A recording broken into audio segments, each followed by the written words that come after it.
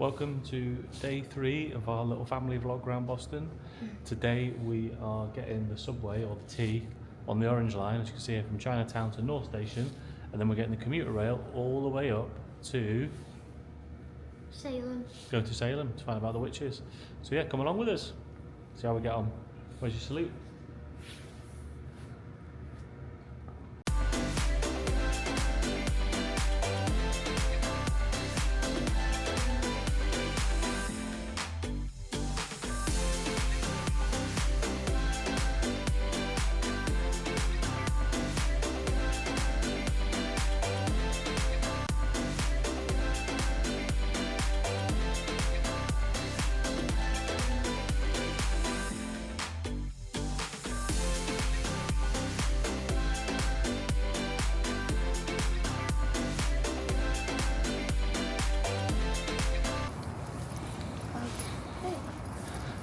Oh, apparently some tomorrow, I think. It's more snow. Yes! No, it's not tomorrow, it's the day after.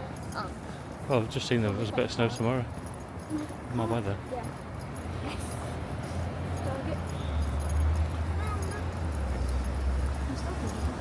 Yes. You jangling, is that you? Why are you jangling? I'll show you in a minute.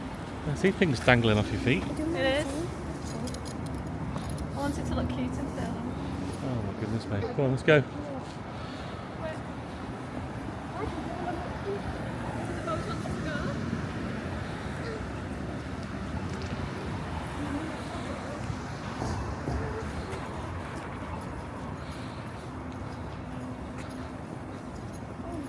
So I'm being followed by a cat with a bell on its neck.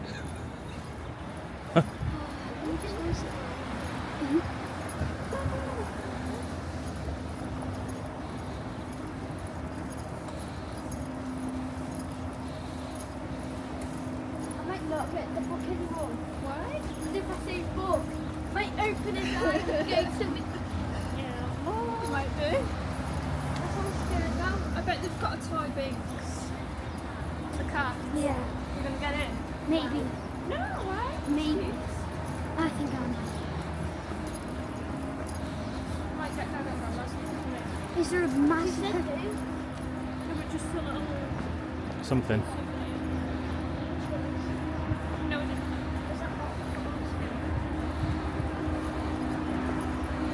Snow's unbelievable, isn't it? Look at that. Look at what? The snow, the pile of snow. I think this is it, isn't it? Is it the tea, they call it? Tea, yes. As in the cup of.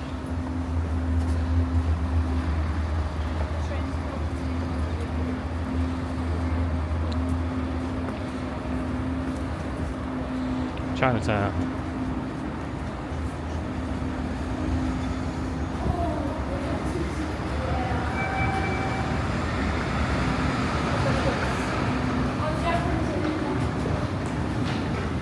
Hang on. Yeah, North Station. Come on. Careful on these steps. You need to. We've got massive...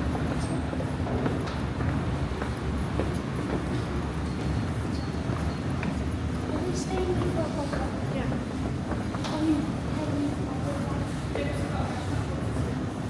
Yeah, Joe, the tickets, mate. Attention passengers, the next Oak Grove train is now approaching. Please stand back from the platform edge. The Oyster. You don't get stuff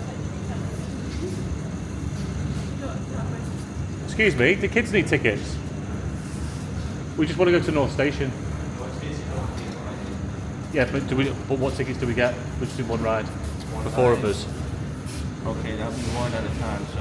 You got to do one at a time, yeah? Okay. Yeah. So you doing one ride? Yeah, please, yeah. Yeah, right. Thank you. Oh, Yeah, the kids are free too. kids as well, yeah? Yeah, they're for free.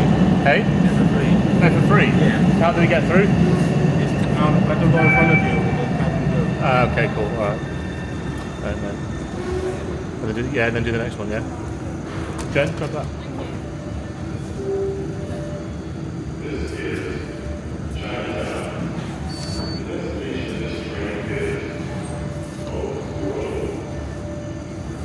right.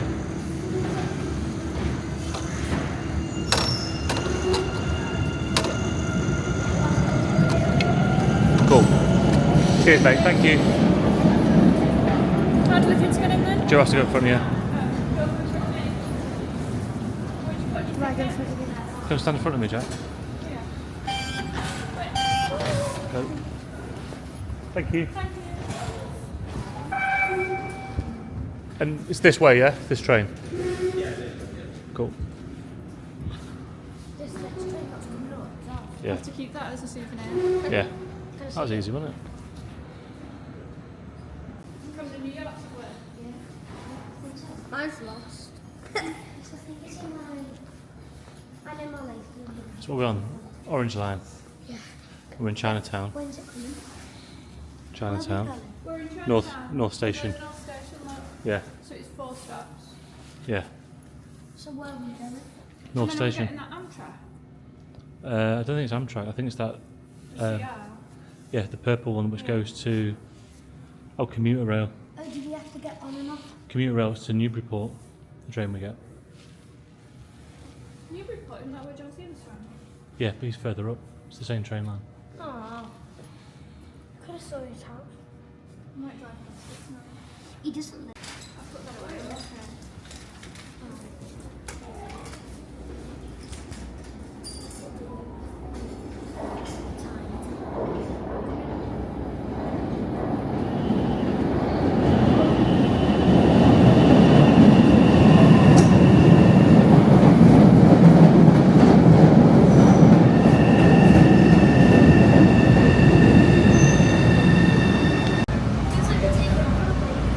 Next stop, Downtown Crossing. Is that where Oyster? No, North Station.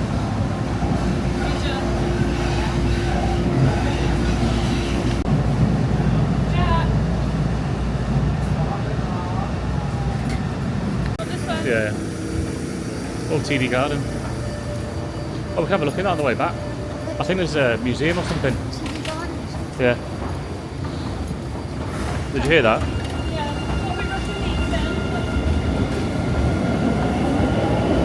We say, don't be rushing me in Salem. We wouldn't dare, would we? It's like your Mecca.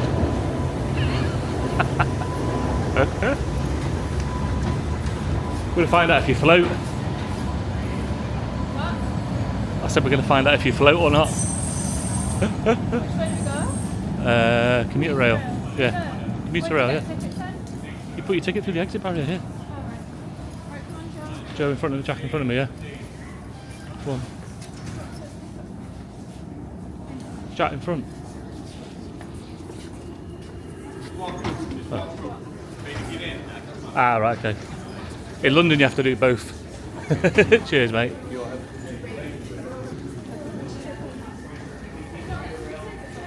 No, we're not in the commuter railway department. Morning.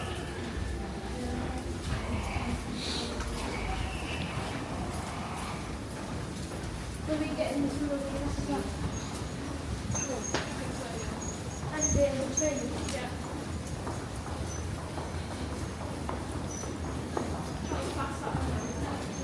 I've been.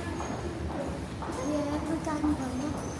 Did you go to Liverpool, Mum? Yeah, Dad and Mum. Hey, you want to come with that?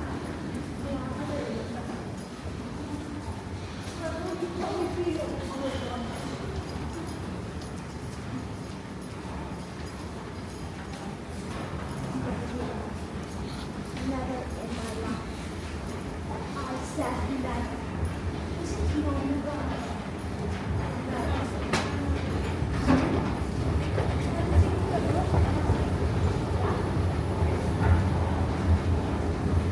That was easy, that wasn't it? Time we on? 10 minutes.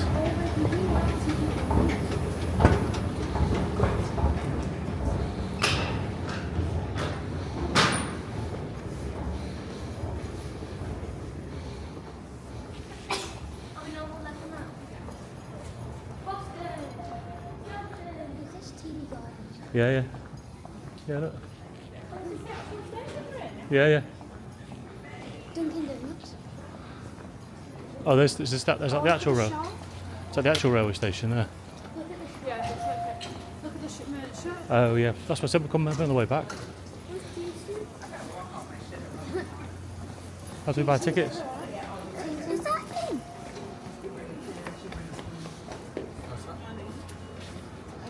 Good morning, sir. Hey, I'm trying to get 4 tickets to Salem. Walk all the way down, take a right. The ticket counter's on your left. Cool, thank you. Yeah. Everywhere gone. Literally. Dunkin' Donuts. Everywhere Joe goes. Joe, what is it? Oh, What are you pointing at? Dunkin' Donuts.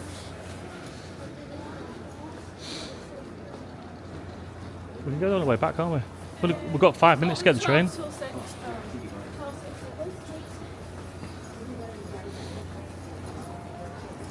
Was that the commuter rail there? Yeah.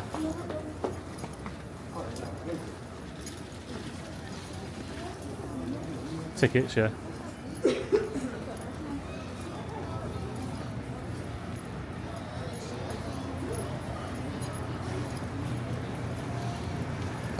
Oh, there's tickets there, look. That's it, Newburyport there. See it, 9:30.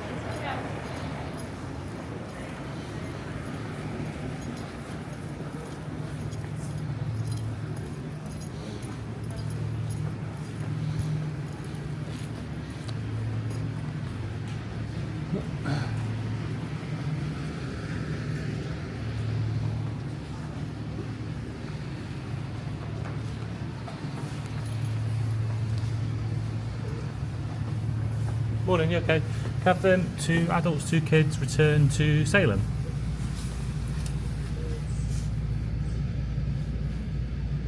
Oh, our kids? 8 and 9. Okay, they're free. 6 or 7. Just be $20. Okay, thank you.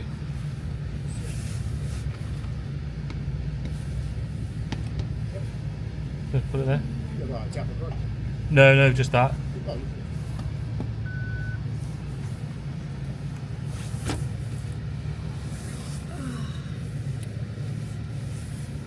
Is it platform 8? uh, Newburyport. No, nothing yet. Give them like another minute or two. They call attraction. Okay. That's it, yeah? Okay. Thank you, cheers. Daddy, is our train stop? Can you look at that, Jen? 11:30? See if it makes sense. Just look at it. We've got no pants. The 2 there. Yeah. One for adult, one for kids. $20 is good, isn't it? It's a weekend Yeah. ticket, isn't it? It's a bank holiday, isn't it? I'm guessing. Excuse me. Hello. Is this for Newburyport? Newburyport's in here, yeah. Yeah. You got tickets? How do we do it? Scan it on the small window. On the small window. The QR code. Oh. He's only give us 2. Yeah. It's because it's a holiday. Oh, right. Just 2 people at a time. That'll be fine. 2 kids, come on. Go. Oh, is it because it's It'll work with the conductor. is it 'cause it's President's Day? Yeah. Ah, okay. Which platform is it? 8? Sorry. Platform 1. Thank you. Thank you. Cameraman, Pardon? look, another Dunkin'. It's the same one. Come on, we need to get to platform 1. What, do we don't Newburyport then? Where do we go? How do We get don't. from there? We got off before Newburyport. That's the end of the line. Now boarding. Track 1.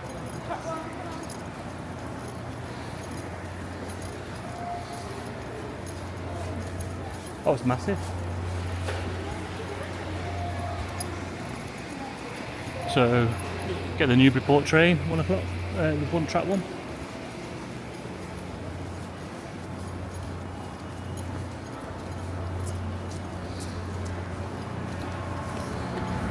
Woo.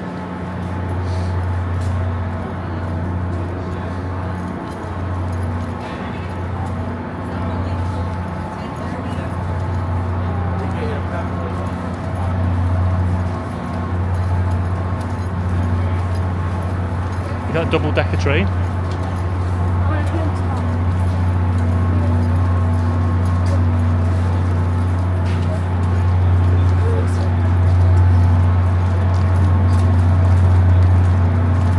To tell you where to sit, Joe? No, I don't think so.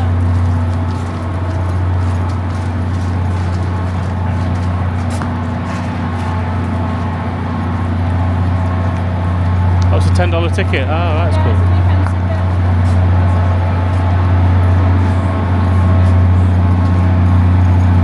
Should we go on the double decker?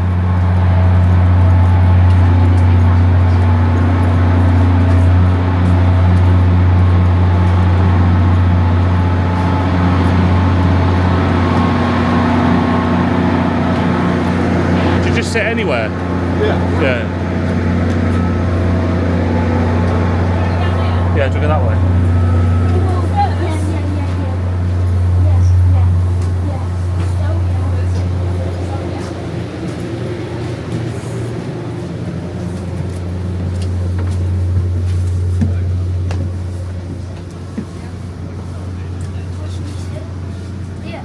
Oh, sit on the right down there. Oh no, do you want to sit this way? Go that way. We're facing that way, aren't we? Watch, there's something on one of them seats. Oh, well, go down there then. Oh, what are these? Do you want to sit on the table, Jen? Yeah. Sit here. Hello. Excited? Yeah, yeah. Where are you going to? So Salem. What are you on? What? What are you on? What do you mean? What's this we're on? A train. What kind of train? I don't know. Train. Double decker train. Oh yeah, one top decker. Top deck. Top deck. Top deck. One deck. We're on our way to Salem. Jen's not particularly happy about the cleanliness of the trains. But other than that, we're good to go. See you on the other side.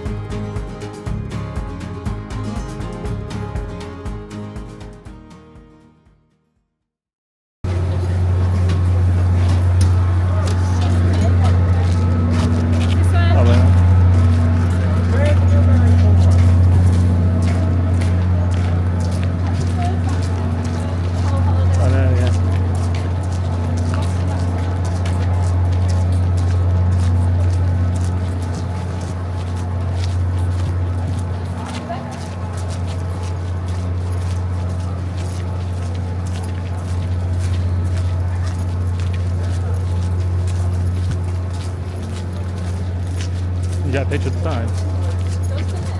You get a picture of the sign? What? Get a picture of the sign? Yeah, look at it.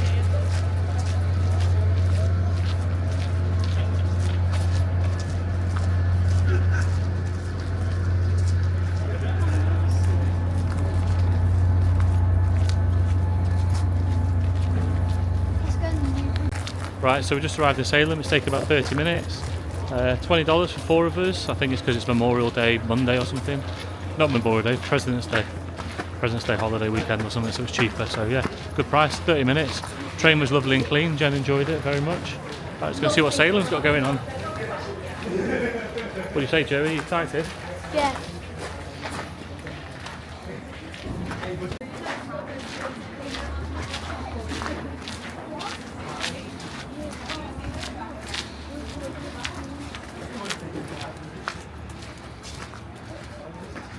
Do you know where the centre of town is? Yeah, but where's the centre of town? Well, you just... Everyone else? There's a sign there.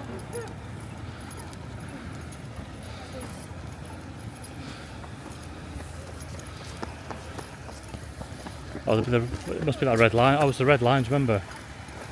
We saw a vlogger do that. Quick, quick. Looking right, Jen. Follow the red line. Why? The bloodline for the witches. What is it? That's what it is. Yeah. Like the Freedom Trail. Look,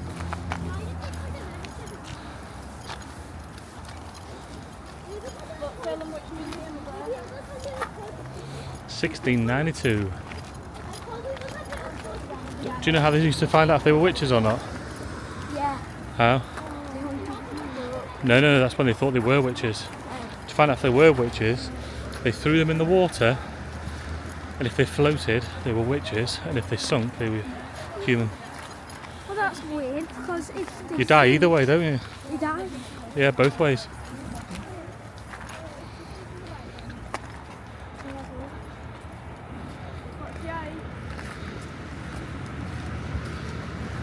Come on, kids.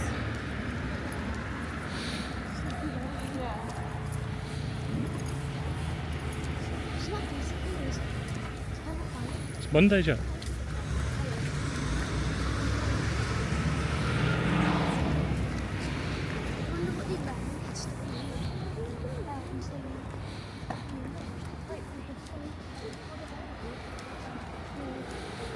You're here down when we got the race.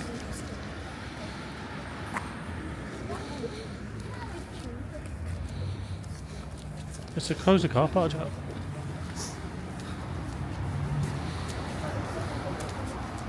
What are we heading to first? Don't know, get a drink.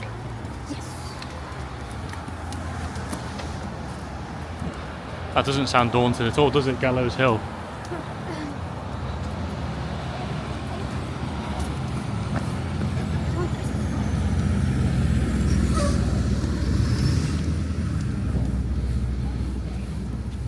Like the juicery, like the witchery.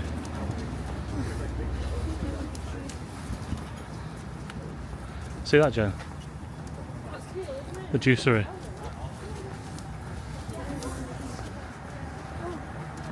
Obviously, it's people every time we walk past. I always say you're in motion.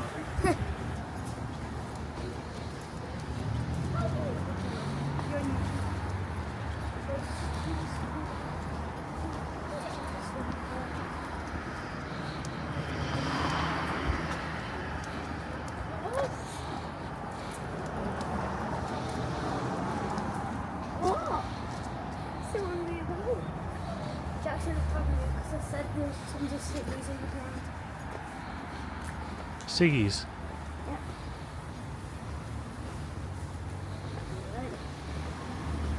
Oh, there's another one.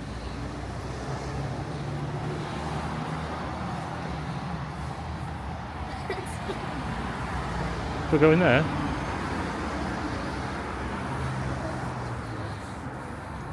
It doesn't look very fun. I feel like this is like a witch's cafe. Yeah. Well, do you want to Google one? Stuff up there that looks of a vampire. No, but do you want to Google it then? It's too much wandering. This looks good okay though. Let's have a look.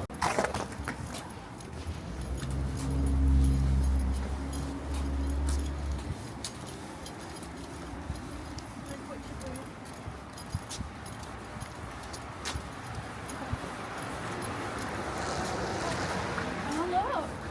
Should we have a look in? Do we have to? Joanne Salem? Yeah. Literally, we just got off the train. Yeah? Yeah. Where are you coming from? Boston. Boston. Yeah. Goodness. Good way to travel though. That train is the best. Yeah, it's very quick. It's way better than that traffic. Traffic is hard.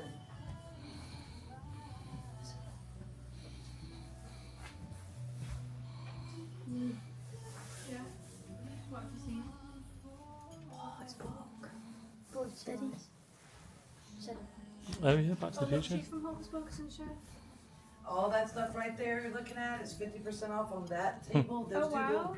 These two sections are Yeah. 50% off. Brilliant. All of that down there is 60% off. Oh wow. Oh, that's wicked. The book.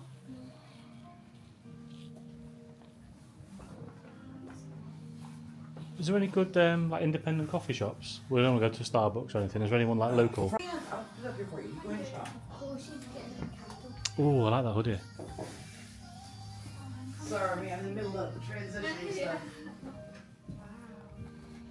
Have you seen this hoodie, Jen? I know, but I'm scared now. Hey, cases. You can speak down Funko Pops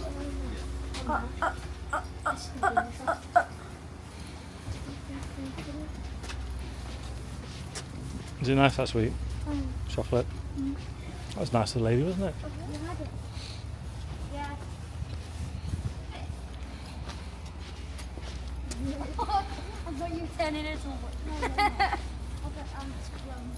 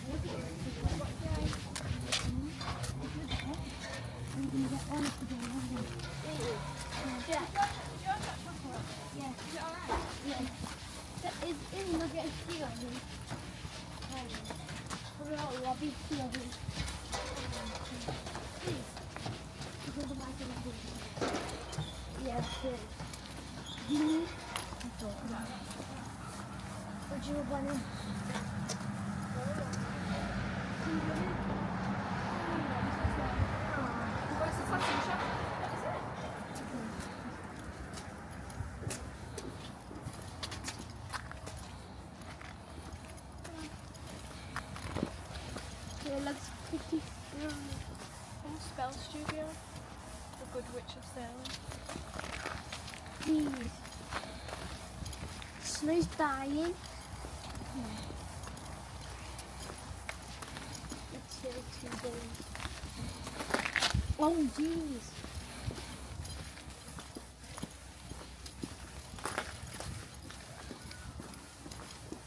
What did you say for coffee's good? That Jua opposite was good, she said. There's one opposite there. Yeah. Oh, why don't we just go there then? Well, A house. this looks like the witch's house is on the outskirts, so while we're here. Going right in. The end of it there. Jack. Jack. Right, Joe, should we film ourselves seeing the witch's house? Yeah. We're going to go and see the witch's house, famous witch's house in Salem. Are you ready? Yeah. Can you see it? Cross quick. Nope. There it is there, look.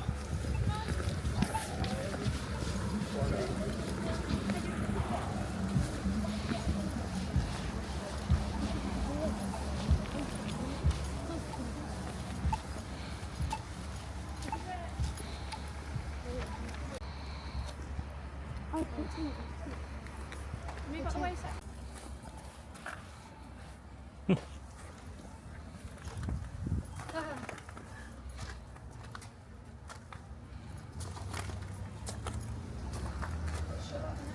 Maybe it's just too early. It's holiday as well, isn't it? Yeah.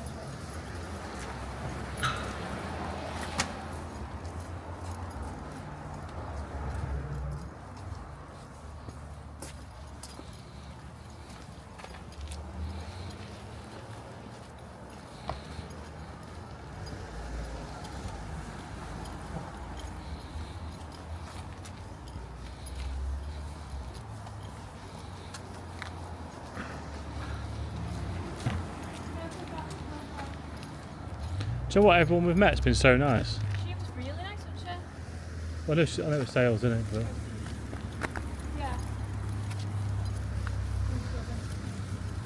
it's great that they lean into it. Yeah.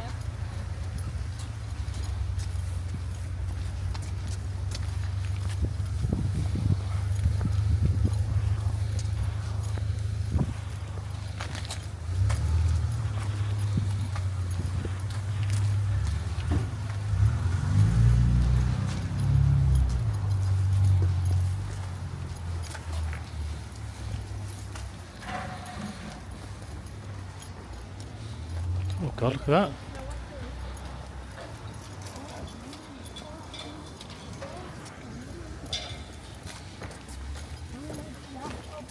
Coffee, was this it? No, it was the Juju Cafe, I think she said. Oh, right. I think, something like that. Yeah.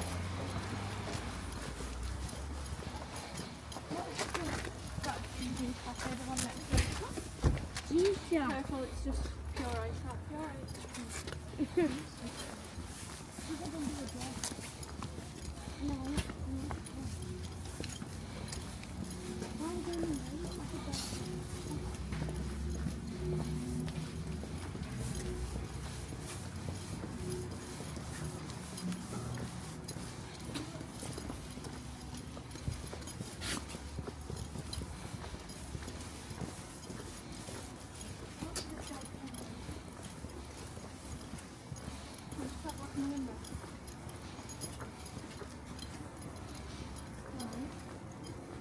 Find somewhere else. Watch out, just like... That's the main street there. So it's pedestrianised. Yeah.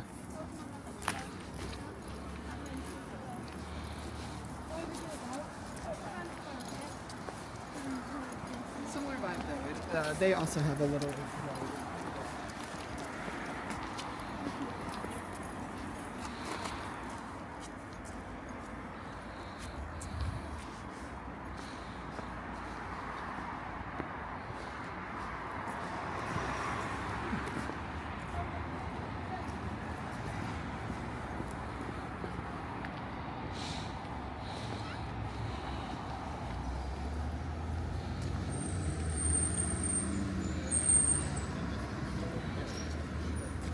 And there's the famous statue.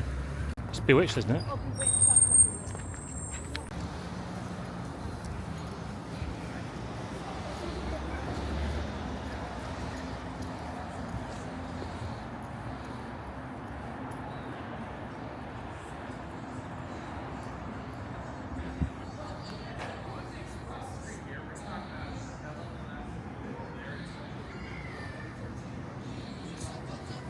Wow, some gift shop.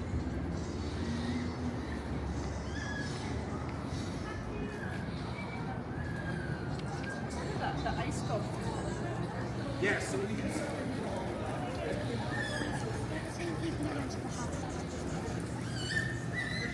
Oh yeah, that's funny, isn't it? Camera, yeah. Did you see that? That's the same people from the walking tour. Well, Jack spotted him, but how random's that? I thought it was them at first when I first looked, but That's so random because Yeah. I saw that guy yesterday as well. yeah. What's been Salem on the same day? Well, it just shows there's not many tourists here at the minute, I guess. A lot of it seems shut. What do you think it's because we're too early? Don't know. Maybe because it's public holiday. Was that the town hall? Isn't that famous or something? Maybe it's the other side of it. Pennywise. Hello. Oh, that was what's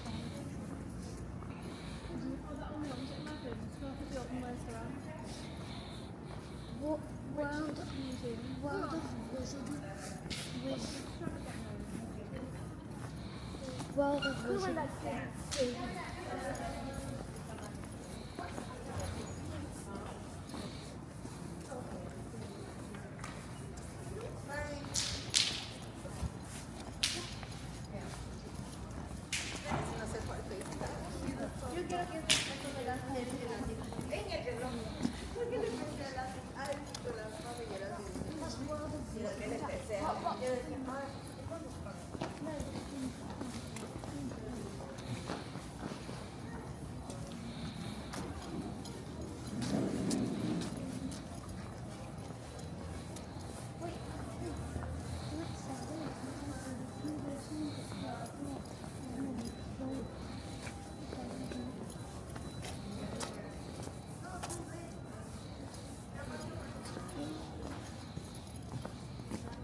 That's a coffee there. If you want to have a look in there. Yeah. Cafe was nice. Red Line Cafe.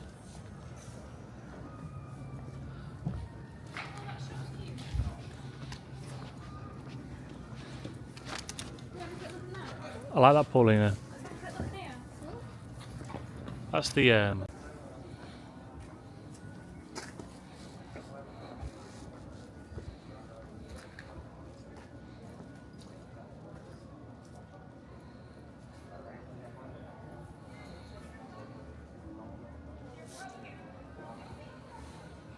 Looks like we're going in the trolley depot. Yeah, but this is like tourist money, isn't it, keeping this place going? So why wouldn't you lean into it? Joe, I saw that. You've been spotted on camera, Joe. Being a naughty boy. I told you I'm a naughty boy. That's going to be the intro, that. I told you I was a naughty boy. Yeah, at the end. Oh, look at that. Oh, yeah. I told you I was a naughty boy. Is that a shark? I don't know. Maybe if you want to die. Should we just have a look? I don't know what it is. It doesn't look like. I can't really see what it is. Go on then if you want. Exotic curiosities. Yeah, we'll have to go over here. Come on. Okay. Midget.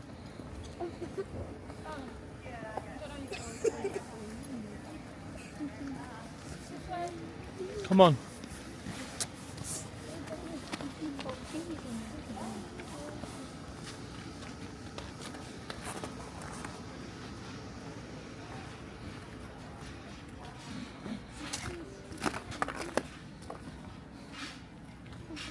Jen, you missed the stairs.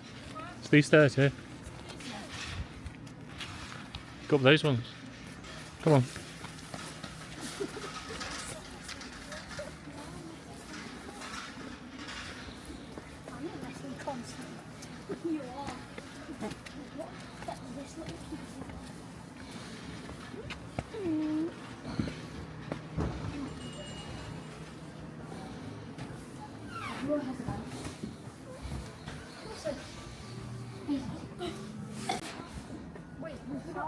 We've got the red line again. Mm-hmm. And the yellow. No, I'll die.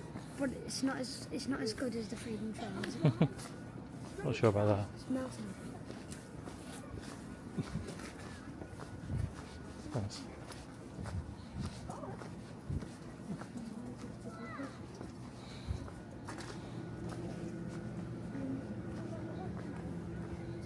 Mummy, what's the candle? It's 100% coconut wax. It is. I saw. It's all candles, 100% coconut wax. Let's see. Wait. What if I'm putting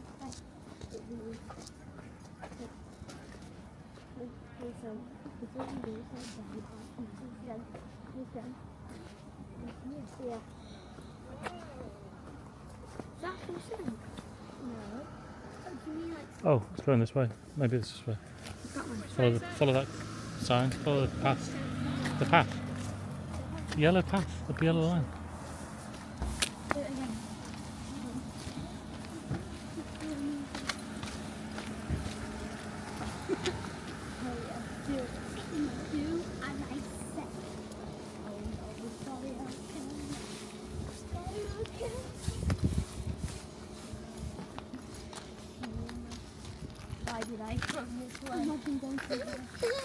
That's Mummy on it. And nice, isn't it? Yeah.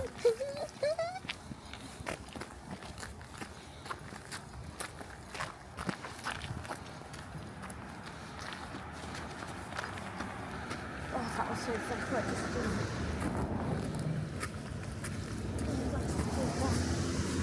This is a Freedom Trail. You know it's not Joe. No, I mean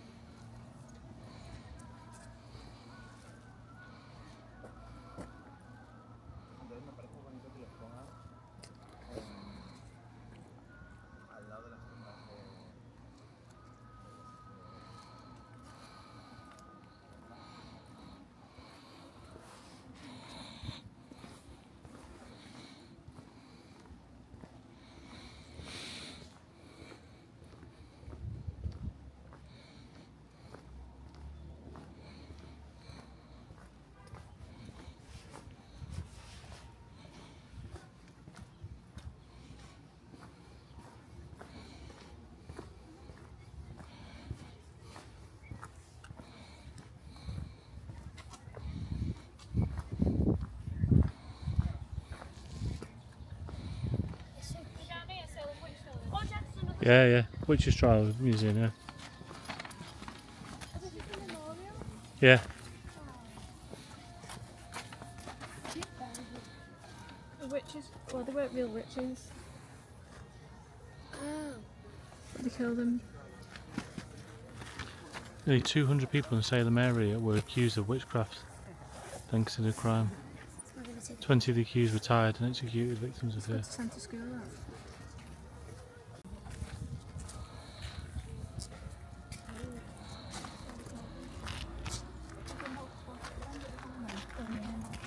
What do they do when you hunt? What do they do?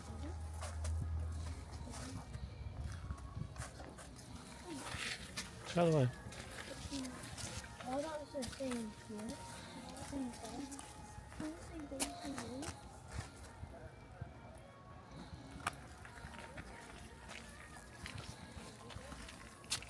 Same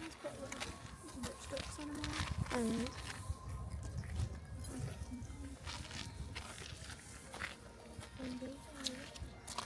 ciao Joe. Stolen as well. Watch out. Crystal.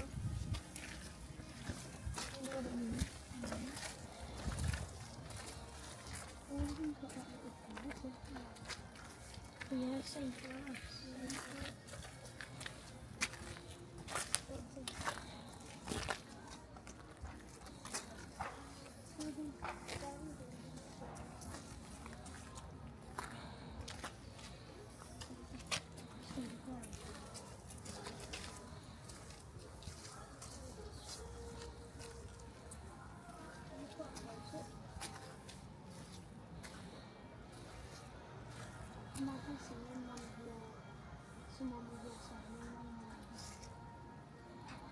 Ciao Joe.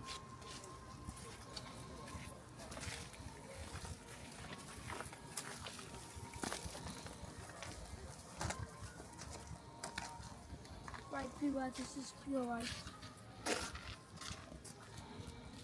We can hear it. Is that? Oh no.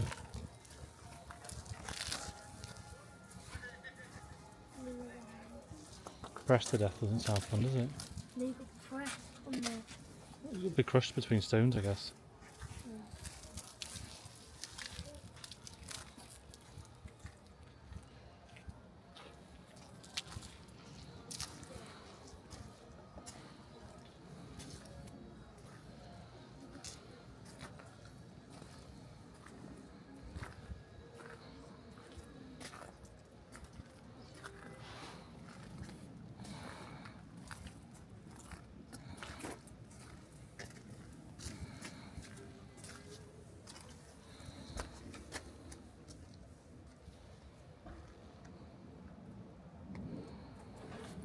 So all these people got accused for witch. It's just a cemetery. All these people did though. This is their memorial. These stones here. Yeah. Nearly all of them's got a witch stuck. Mm-hmm.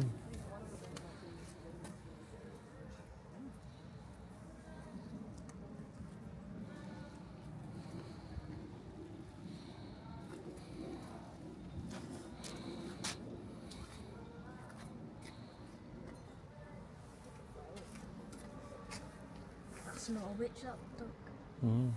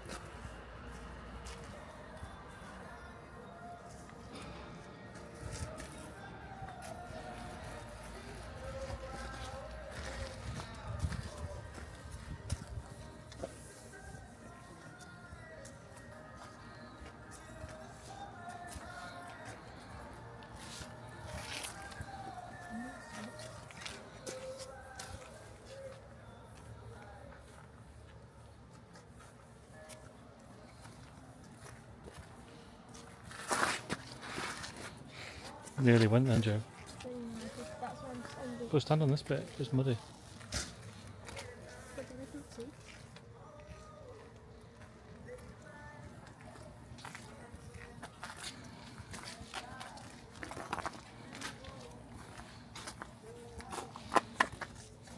This hasn't got a hand.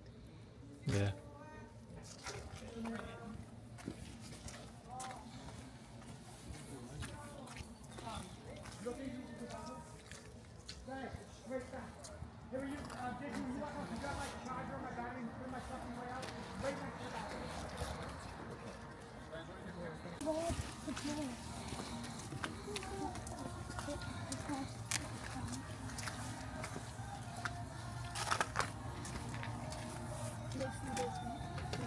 Any food or drink? Got a drink. Just keep it in your hand if you're alright. Just don't drink it.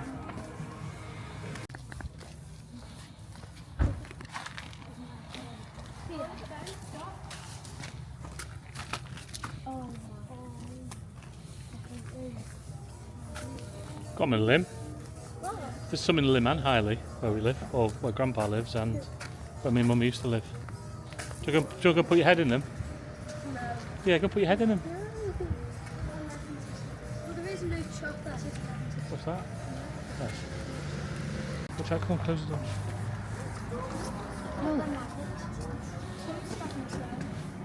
Oh, this is freaking this one.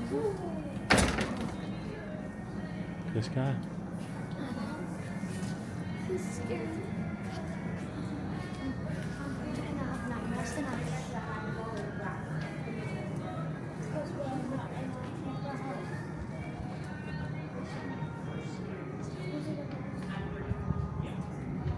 Couple of hats as well, Jen. There's more ones.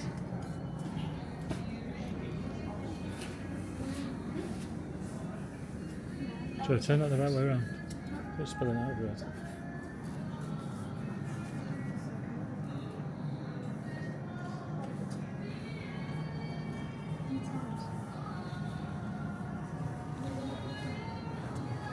What was it the guide said? Was it all born out of paganism? Jen? Was it all born out of paganism? Oh, I don't know. Probably. Is it Wicca, is it? We'll find out on the tour, I guess. There's that liquid death again, look. It's just water slap, isn't it? Yeah, fizzy water.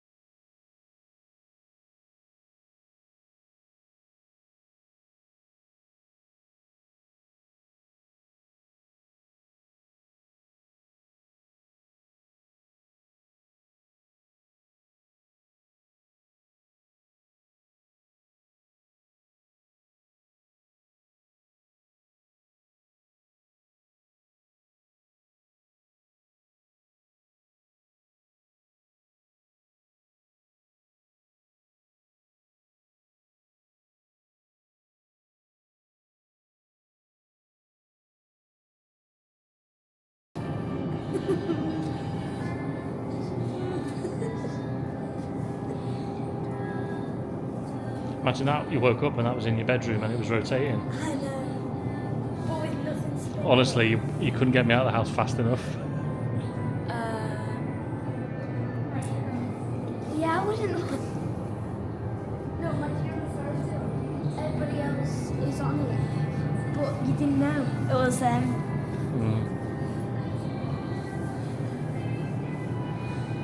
Yeah, but imagine that spinning. And so how does it spin? Yeah.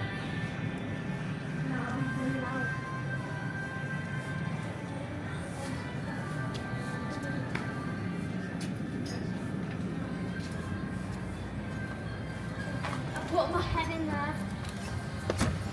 So, got to put your head in it, yeah? Yeah. Go on then. Joe's going for it. Go on, cross over.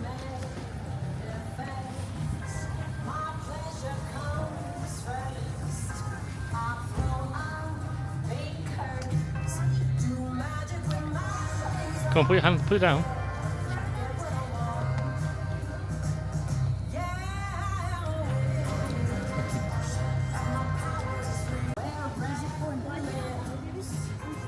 Great town, isn't it? Very cool. That memorial was good, wasn't it? Yeah. I'm looking forward to learning about it actually. I'm sure they said, what was the religion that came over here? They were persecuted in England, weren't they? And they came across here to settle. The Puritans or something like that. Was it Puritans? And basically anybody who wasn't their religion got persecuted, and hence the witches.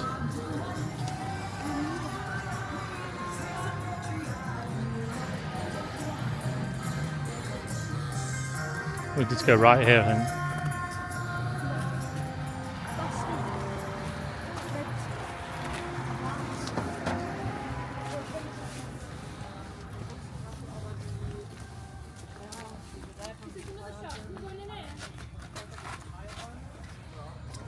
We don't need wax.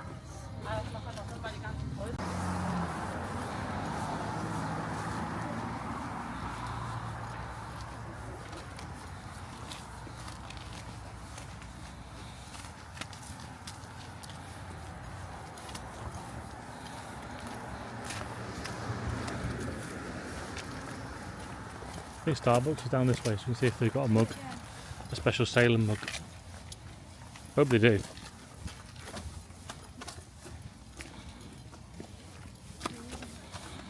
What did you about collecting mugs? We saw a vlogger do it, I think. The first one I got was in Dublin, about 2 years ago. I think we've got 55 special ones now. We've got 55. Yeah, from different places around the world. When did you count them? Pardon? When did you count them? Before we left. I think it's 55. I've got about 6 Chinese ones in work as well. Sweet. Yeah. Shenzhen, Shanghai, Hong Kong, Yeah. Guangzhou. Yeah.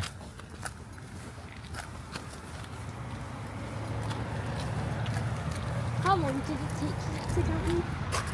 Oh, not long, because I just did it quickly.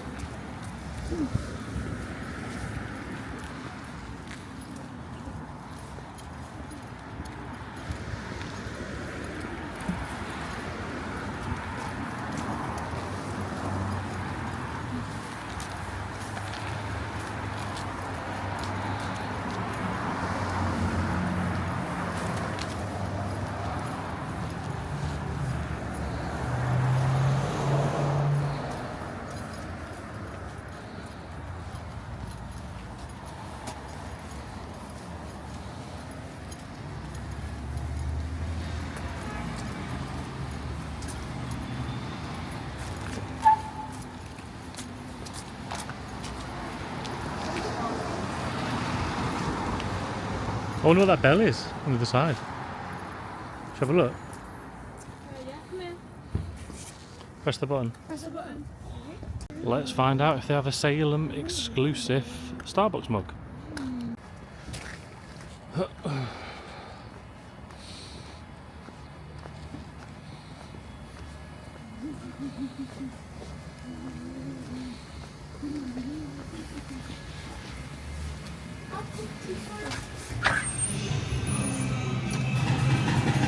Hi, okay?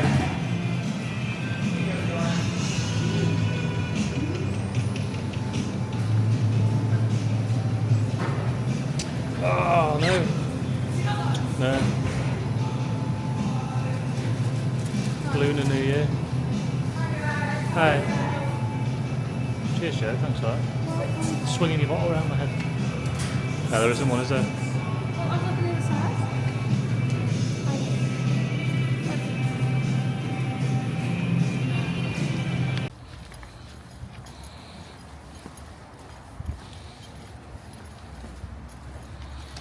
Passage to India. I think some of this only opens in the peak season. Wait, I'm alright. Old Town Hall's right, isn't it? So that's where we've got to meet.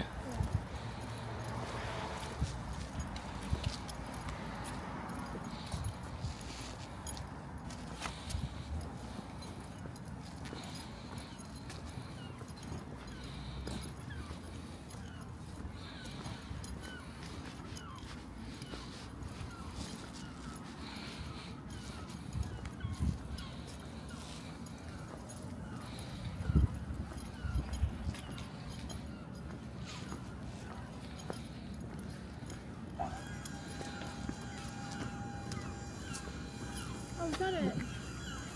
Yeah. Yeah! Jack! Go.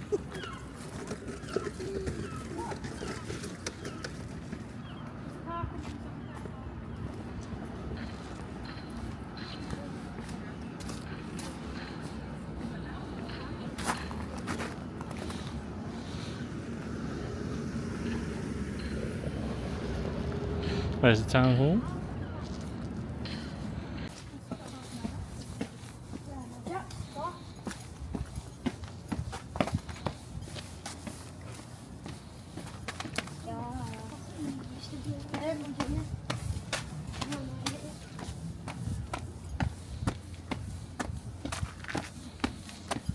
Why are you both doing that? Oh,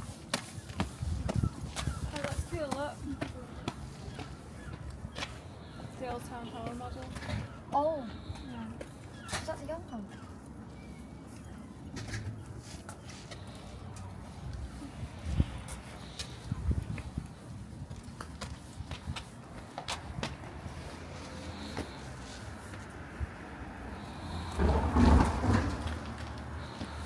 I'm saying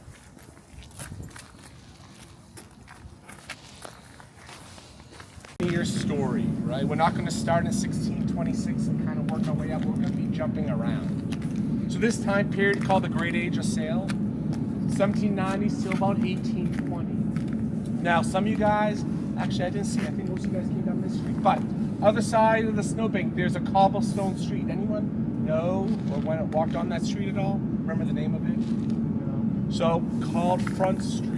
Yeah, Front Street Cafe. So the reason being that time period, everything back again 1790s on the other sides of the road would be ocean. So if you have time today, definitely walk around Pickering Wharf and Derby Wharf, right? Imagine back then, those have a pretty boathouse, lighthouse, and then pretty shopping, and there's an old customs house there. But imagine, right, there's only one today, there'll be 50 of those back in the 1790s. Pretty impressive. What would you see there? You see exotic men and women from all over the world, exotic spices, also exotic animals. My favorite animal that came through was actually the first Indian elephant here in America. Crowning shield, big captain here, left Salem about 1795, went all the way to India.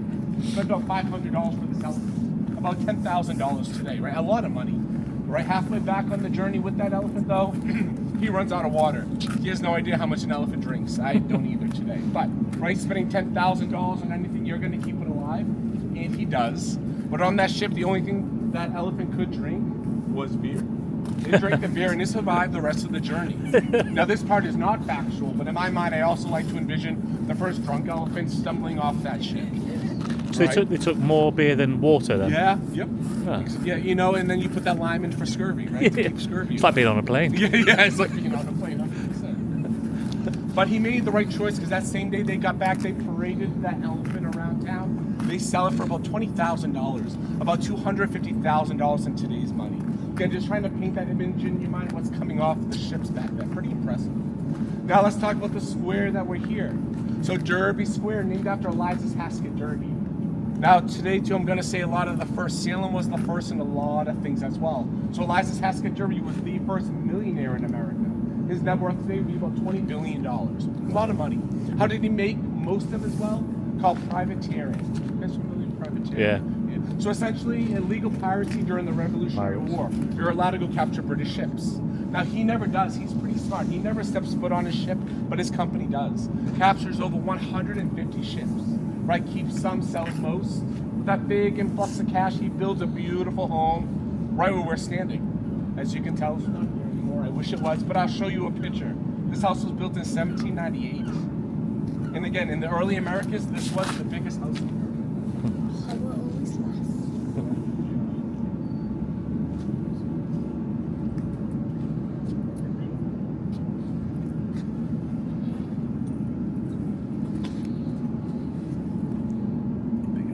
Oh, nice. Why was it not down then? We will talk about Oh, that. sorry. Don't It be was sorry spoiled. at all. Don't be. Just spoil it. No, it's a good leader.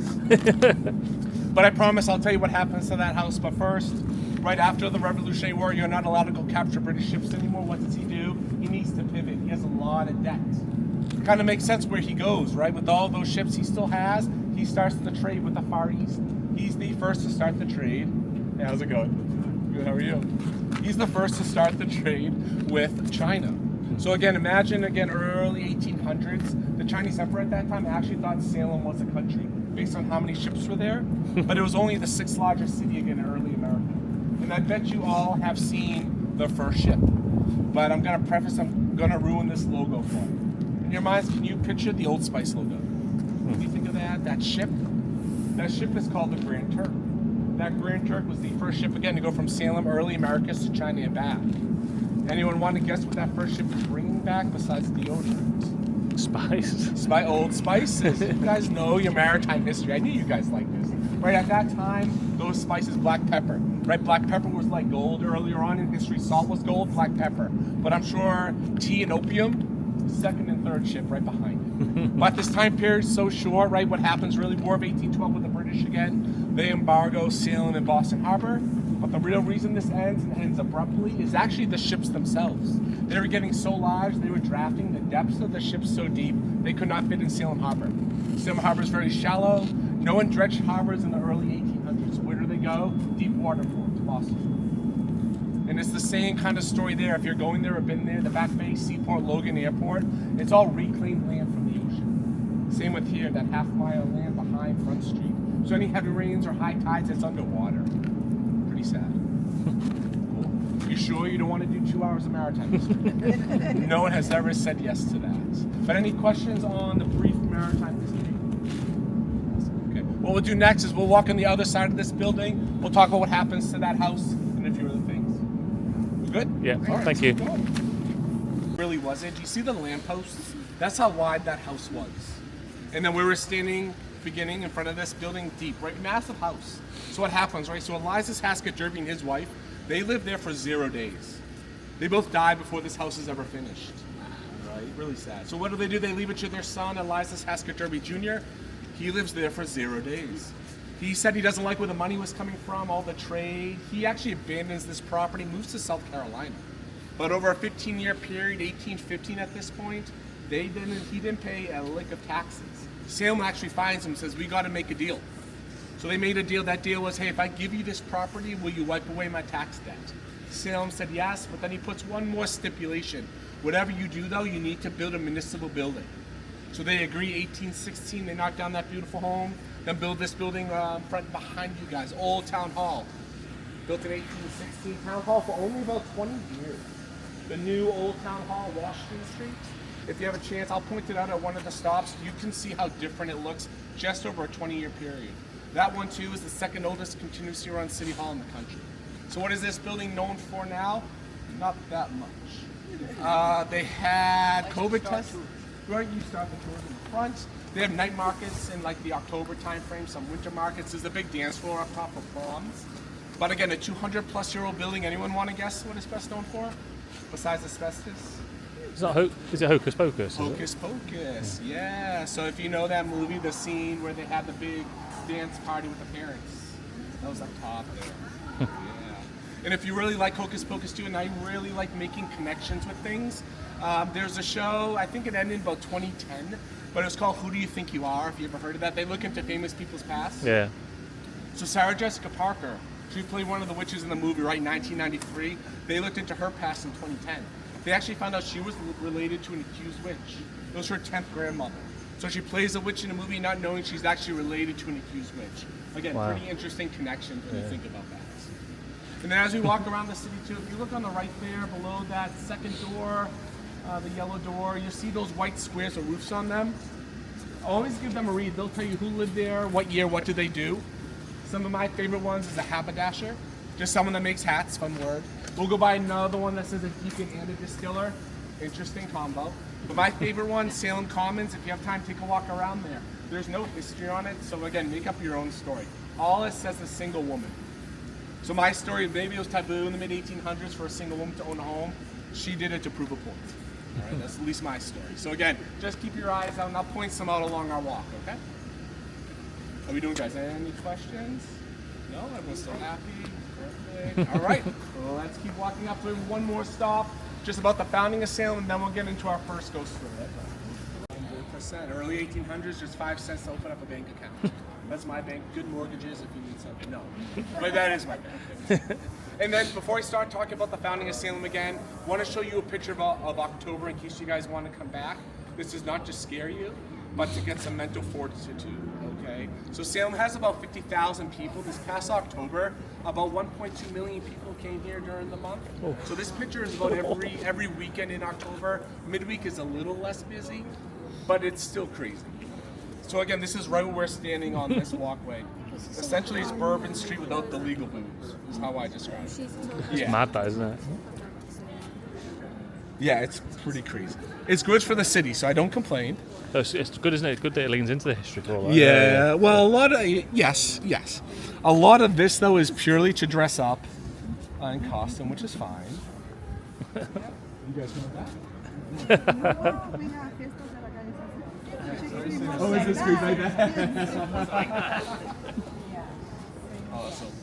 So let's now just start talking really quick about the founding of Salem. And I don't know if you guys are going to the Witch Museum near the Commons. If you are, it's going to look like a big castle. And if you go down that way, look in the middle of the road, you're going to see a big statue. It's going to look like a witch, actually. A dude on a big rock. Big brimmed hat, big coattail. Not a witch, though. His name is Connie. He's actually the founder of Salem. He lived in Plymouth, south of Boston, with the Pilgrims. 1625, he goes, you know what, I want to find my own land. Takes a couple ships, lands about a mile down the road from here, what we now call Dead Horse Beach. You can probably guess why we call it that, but I'll still tell you. Right, unfortunately, one of his ships crashes. He loses a lot of his horses. I would have done the same, buried them in the sand, nice and easy. Not think what happens at high tide. They all come back up. What did he do? He had to put them in a big pile and burn them. And the reason I like telling that story, us Salemites, we love our history and tradition. We actually do that every year still. Did that a few weeks ago. But with Christmas trees. It's it smells a little bit nicer. Except when you get those random fake trees in there that you just see melting. But yeah.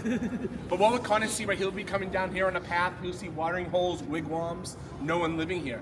He's like, this is awesome. We can move right in. Not true, right? The indigenous lived here. They were semi-nomadic, just not here during that time. They were called the Namkeg. And Namkeg means good fishing or fishing village. So Conan moves in. A few months later, the Namkeg do come back. Surprisingly, they lived together for a few months in peace and harmony. But unfortunately, right, this stereotypical history happens. Disease and war kills off most. A few that remain just leave. But Conan's like, this is even better. Let's name this land we just founded. Anyone know or want to guess where the name Salem comes from? It's a tough one. I didn't know before moving here either. Is it like Latin or something, no? Good guess. Not Latin. Thinking of the spelling, like... Yeah. Is it like... The big ones I get is from sailing, because you would think with the Great Age of Sail, no. Or a town in England, because 99% of our towns are named after one of those. It's definitely not that, yeah. It's actually come from Jerusalem, Salam. Salam meaning peace. Right? The city of peace. But right, the city of peace 70 years later has to go kill those witches. Interesting. And then I didn't talk about it before. Remember Front Street, the ocean, Derby's house, tunnels. There were tunnels under his house at that time, mostly used to evade taxes. Right? You pull your ships up, you go underground, you disperse your goods. Same with below your feet. I'm sure they were used for other things, maybe bootlegging, maybe the Underground Railroad, who knows. But at least we know the ones under your feet, they filled in. 1940s, this whole walkway was crumbling. But there are still ones used between buildings. And it's kind of sad, purely storage. But they are still in use today. Any questions on the founding, Sam? Awesome. What we'll do next to us Salemites, we love alleyways too. So we're going to go down that alleyway right there. We'll talk quickly about that building and then our first ghostly story. All right. Awesome. So just a couple things. You guys see this behind me? This horizontal piece of granite. This facade, right, looks a little different. Those tunnels, remember I said connecting buildings? That this is still here, the tunnel beneath us. So if you see this, 9 times out of 10, staircases to a tunnel. Or a former tunnel. So again, just keep your eyes open as you're walking around the city. Now let's talk about this building here. So there's been a building here for almost 400 continuous years. I know for us 400 is a long time. Whenever I have like British or English or European, they're like 400 is my pub. But here it's a lot. Here it's a lot. Right? And so that first building that was here was the first church of Salem. Now again, I want to show you a picture of that church. It looks like your shit. But again, think about Puritan ideology, right? Puritans believe that the congregation makes the church, not the church itself. Not important, okay? So I have heard this picture is life-changing, so you can ooh and ah if you like. Yeah, isn't it right? Yeah. Look at those shingles and windows. Yeah, 100%. That looks a lot of fun. Yeah.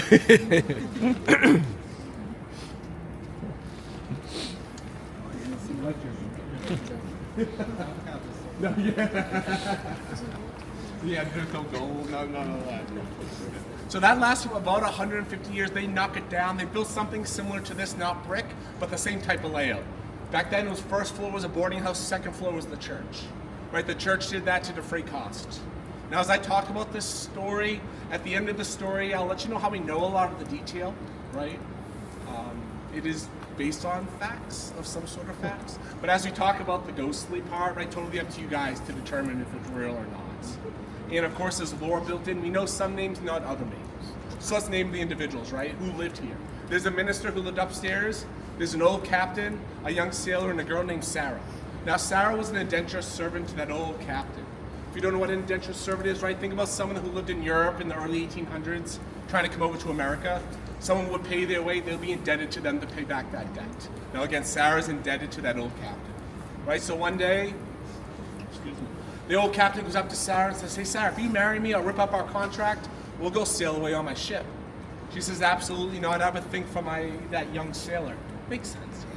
He forbids them from seeing each other, but he's a captain, he's gone all the time. Anytime he's gone, they're together.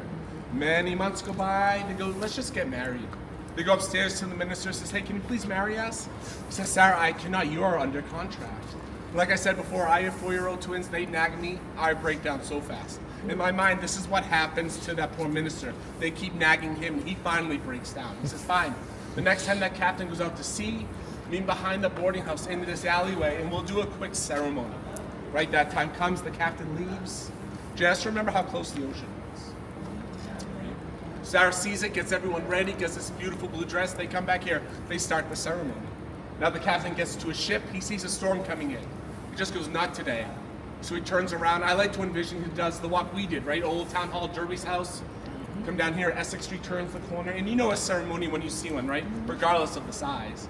So what does he do? He runs and he attacks that young sailor, but he's an old man, right? He's getting his butt whooped.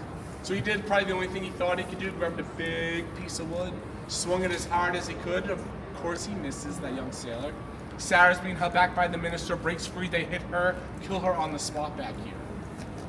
Now the minister and the young sailor go, we need to go get help, but that old captain goes, here's some money, keep your mouth shut. Money talks. That's what they do. And again, if you think about early 18th century buildings, basement, dirt floors, what a better place to go. Boarding house, undercover, basement floor to dig a hole. They go down there, they dig a hole, they throw her in, they leave. Now we don't know what happens to that old captain, but we know what happens to that minister. A few years after this event, again, remember he lived upstairs. Unfortunately, he kills himself. on his nightstand, he leaves his notebook open to the page, explaining this event and all the guilt he felt for not getting help.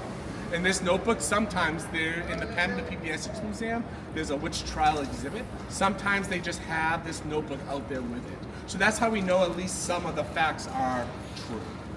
Now to the ghostly part, right? The first time we ever heard about any type of ghost here was in 2002. Two bartenders go into the basement to get new glassware. They said they turned around, they saw a beautiful woman in blue. They dropped their glasses, they left. I would have done the same. And I always say, if you love this stuff, go in Rockafellas, they'll show you videos and pictures till your eyes go cross. But the real big thing that happened here that we all know about happened in 2017. Ghost hunters came here. They spent 2 nights, and you can still watch this on YouTube. If you go home, just type in Rockafellas. I think it was on like the Travel Net, that old TV show. Right, when you're watching this, they go down there, they ask Sarah 3 questions. They ask, who are you, where are you, and what happened? And as you're watching, you actually do hear something, but remember, they tell you what they hear, right? What they tell you they hear is Sarah struck and buried. Now, remember at the beginning of the tour, I said I'll show a picture? So again, this picture was taken about 10 years ago, right in the front. And this one tour guide, man, oh man, he experiences a lot of things. And so one day he was walking down here, and he just said he felt like something was there, so he took a picture. And I'll show you, I'll walk around with the first picture, and then he colorized it, because you'll see something black and white, but once he put color on it, it kind of sticks out a little bit more. Oh and once I get the color version, the woman, a bit of woman ghost. I'll show you the color. But you kind of see something there, right? This is the original photo. Kind of see something there. Let's see on this side. And I'll come back around to show you the color. Oh see something God. around there? Yeah. The color one, do you see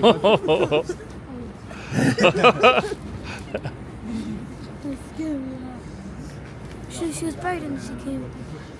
Yeah, she was buried in the basement here. A little bit more. So when you put color on it, right? And I like to zoom Yeah. into the foot kind of gets. Yeah, look, Joe now. Yeah, it's not cool with color. Yeah, she roams this whole area, people say.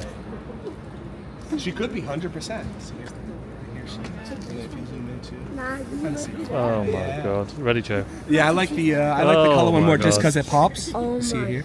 Oh. And I'll zoom into. You see the foot? I like the foot. Oh. She may be behind you guys. Who knows? I wish I'd brought more blue.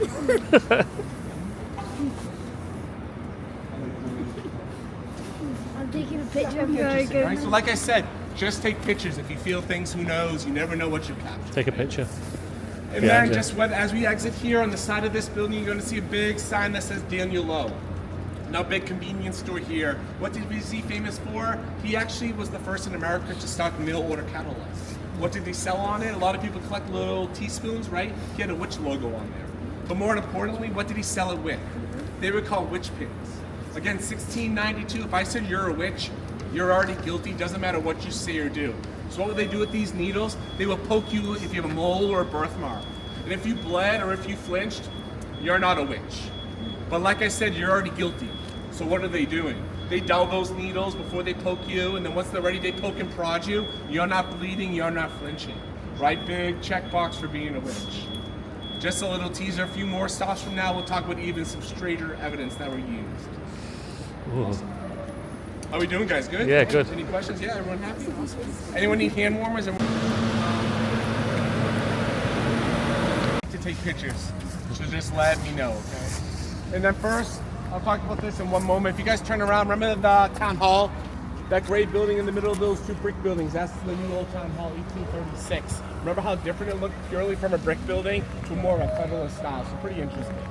And then if you look at the breakfast joint there, Fountain Place, middle of the road here, again, 1692, that's where the courthouse was. The courthouse was called the Courthouse of Oyster and Terminer, means to hear and determine. That's where all the accused witches were tried, right in the middle of the road here. Burnt down in 1710. But as you walk around the city too, I'll still try to point out things where they were back in that time period. Now to the statue. I don't even know who she is. Bewitched, yeah. Yeah. Bewitched, yeah, Elizabeth Montgomery. Yeah. Any guesses why she's here besides she's a witch? It's a tough one too. I didn't know any of this too before I moved here 15 years ago. She did not die here or was not born here. So what happens right in the 1970s, her studio burns down in Connecticut. In my mind, right, your show's known on TV in the 70s, probably think it's canceled. So they actually come up to Salem. They film 8 episodes here. And if you go back now, you'll see a lot of the sites we'll see in a few minutes in the background. Most of those episodes about her going back in time, trying to save accused witches from ever being prosecuted. And everyone gives her the credit for the tourism industry here. Started in 1982, called Haunted Happenings. It was one day back then, Halloween, turned into 1 week. Officially now it's 1 month. Unofficially, it starts beginning of August when those tour buses come in. But again, if you ever want to come back in October, you're going to see a lot of old timers here with shirts that say Salem isn't Disneyland. Just tell them what I tell them. I go, suck it up, it's a month. They keep your taxes a little bit lower. All right? Yeah. Just a real quick stop. Any questions or anyone want a picture in the front as a group? Again, happy to do it. Everyone happy? So as we continue walking, I'll take it. Sure. Yeah. I'm in. The next one, we'll talk a little bit about it. A couple more. Okay? Promise. Awesome. So real quick stop here. Guys mind just squeezing in just a little bit, just to leave a little avenue in the back. So YMCA today here. But have you guys, you know Alexander Graham Bell? Yeah. Right? So in Boston, 1876, that's where the first phone call happened, right? Bell called Watson in the room next to him saying, hey, get your butt over here. He came over. But then what happens? Bell moves here to Salem, lived in this building for about 1 whole year to perfect that phone. He kind of does. So what happens right down the road there is called Turner's Seafood. Above the seafood restaurant, though, it's called Lyceum Hall. What a Lyceum Hall is, mid-1800s, think about it. Big open auditorium, like a TED Talk today, right? People pay money to listen and watch things. So he brings his phone there. He picks it up, he calls Watson in Boston. So the first long distance phone call happened here in Salem. Then he hangs up the phone, then he calls the Boston Globe. So the first time news was ever transported to was here in Salem as well. Wow. So just like to throw in a little bit of other history besides maritime and witch history. Pretty interesting, right? Just to think about that. Wow. Awesome. Yeah, let's keep walking down. Just watch yourself.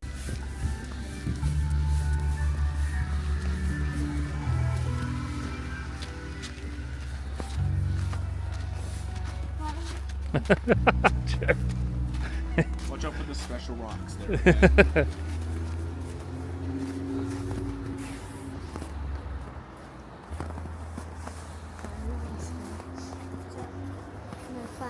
Snow. That's what you said then. Yeah. Watch out for the special rocks. Right. So is anyone actually staying here in Salem? Maybe the Salem Inn? No? If you ever want to come back and stay in a supposedly haunted room, let's do it. Right, room 17. What happens there, unfortunately, 1865, a husband kills his wife in that room. But they also say this haunting only affects men. Right, what men will say they feel choking pressure on their chest, nightstand shaking, banging on their wall. But to keep her away, if you want to, you just put a little nip of whiskey on your side table. And again, if you ever get to go in there, I always say read the guest book. It reads like a Stephen King novel. People put in there things they think they felt, seen, and heard. Oh. So very, very interesting if you're into that stuff. Okay, so maybe on your next one. Now let's finally start talking about the start of the witch trials, like 1692. Now Salem turns 400 this year. Pretty impressive, right? America turns 250. But anyone know or want to guess how long the whole witch hysteria lasted for here in Salem? Any guesses? It's quite short, isn't it? It's like 20 years or something. 20 years? Any other guesses? 15 years? Actually, only 13 months. Oh. From start to finish, right? Pretty, and again, if you think about it, right, 400 years, 13 months of history, that's less than a 0.25% of Salem's history everyone knows about. Again, interesting to think about in that perspective. And if you took the train or even drove here, you drove through or went through the train, old parts of Salem. So the town next to us called Peabody, that was called Salem Farm. Danvers, right north of us, was called Salem Village. Salem Town was here.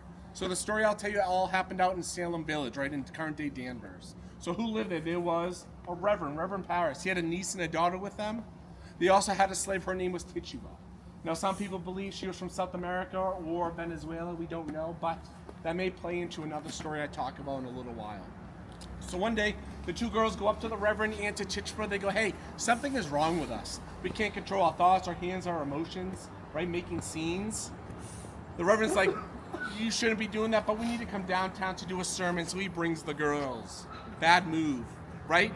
Because the girls in church were making all those noises, throwing Bibles, not okay, right? 1692, children, especially girls, are not supposed to be seen or heard. So he's like, we gotta call a doctor. So he does. Dr. Griggs comes to town the next day. and he examines the girls. And again, just remember that time frame during the whole witch trials. When you're examined, you're examined. And he goes up to the reverend and he says, hey, the girls are actually physically fine, but maybe something has bewitched them. The doctor didn't know, but it was actually the reverend himself that jumped directly to witchcraft. He said, my kids have been bewitched.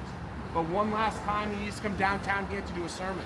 But this time, luckily, he leaves the girls at home with Tituba. So when the reverend leaves, Tituba goes, guys, I know how we find the witches that bewitched you. Now we make a witch cake. Now I'll show you a picture of a witch cake and then I'll tell you what's in it. Because based on the picture, I would 100% eat it. Oh. Some people said it looked like a donut or COVID. Would you guys eat that? You guys like donuts, right? No? Yeah, you'd eat that. Boston cream. Yeah. Some sprinkles. I wouldn't eat Not too bad, right? I think I'm partial. A lot of things only I if there's bake. cream in it. Well, if there's cream in it, did you say? A witch cake. Now I'll tell you the first two Poison. ingredients, then if you guys want to guess, try guessing, but give me a non-logical answer, okay? So the first two ingredients, rye flour and eggs, right? Nice and easy. And yeah, the guesses, what comes after that again? Weird, something weird. Oh, that's weird. Hair, 100%, that is one of them. Oh. Yes. Hair from the afflicted girls, yep, and there's one more. Oh. Ooh, yucky. No. Oh my gosh. Just, no, so it's blood. Right, hair and blood from the afflicted girls. You make that cake, and then, do you want to guess what you do with that cake? Again, give me a non-logical answer. What do you do with that cake after? Bake it. Pass it down to the next person. Ah, nice, yeah. My favorite one to date, the guy was so serious, he's like, you put it under your pillow for the witch fairy. I said no, but I really appreciate the thought, right? So what you do with it, of course, this makes sense, right? You feed it to your dog. Right, because you feed it to your dog. Supposedly that dog is supposed to run directly to the witches that bewitched you. So they make that cake, they feed it to their dog, but of course nothing happens, because why would it, right? But the important part of the story is who comes home when Tituba is feeding it to their dog? The reverend. Again, Puritan ideology, you can't practice or think anything outside that good book. So they go, Tituba, you are my witch. They arrest her for 2 weeks right down the street, North River. That's where the jail cell was. High tide waters up to your chest, low tide mud. Awful conditions. Oh. But she was also very smart. Because back then, if you confess to being a witch, you're not killed. So she says, yes, I am a witch. One night I was in Salem Woods. This dark, you can see people with a book says, sign your name. She said, I signed my name, but there are already 8 other names in that book. But I only remember 2, Sarah Good and Bridget Bishop. Now, why them? What we know about them, they were older, they were outcasts, they didn't go to church. So easy way to get some heat off your back, right? Naming a few individuals you don't think society will miss. But right, there's still 6 other names. That's the start of the witch hunt. Right? And those 6 names at the end of the tour, we'll talk about turning into many hundreds of names. Now, you guys remember the story I told you about the witch pins? That's all called spectral evidence. Other forms of that witch cake, again, when you're examined by a doctor, moles, birthmarks, skin tag, blemishes, third nipples, anything like that will be used against you as a witch. And the last major one too, you guys familiar with the term familiars? Yes. If not, have you seen Sabrina the Teenage Witch? Salem the Black Cat is a familiar. But a familiar can be any animal, right? Dog, frog, cat, horse, doesn't matter. Ann Putnam, one of the main accusers during this whole witch hysteria, would be like maybe Sarah Good. Your familiar was in my dreams last night, inflicting pain in me, torturing me, I couldn't sleep. Purely hearsay, but another form of evidence they use to convict these men and women. Pretty crazy. Oh. Any questions on the start of the witch trials? 7 men, 13 women. Right, a lot of people just think women, again, same with like the whole black cat kind of thing, like, oh, spooky. That's all Hollywood, right? Makes you kind of think of women as witches and black cats as kind of, yeah.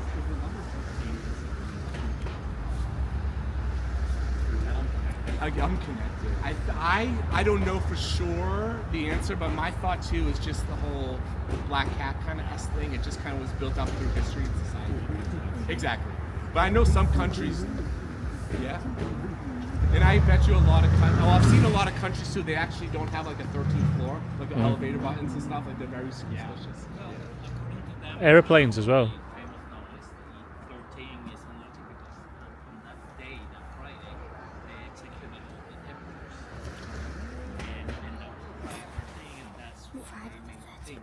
Oh, interesting. Oh, pretty cool. Oh, really cool. I love it. Awesome. Any other questions? Really good questions.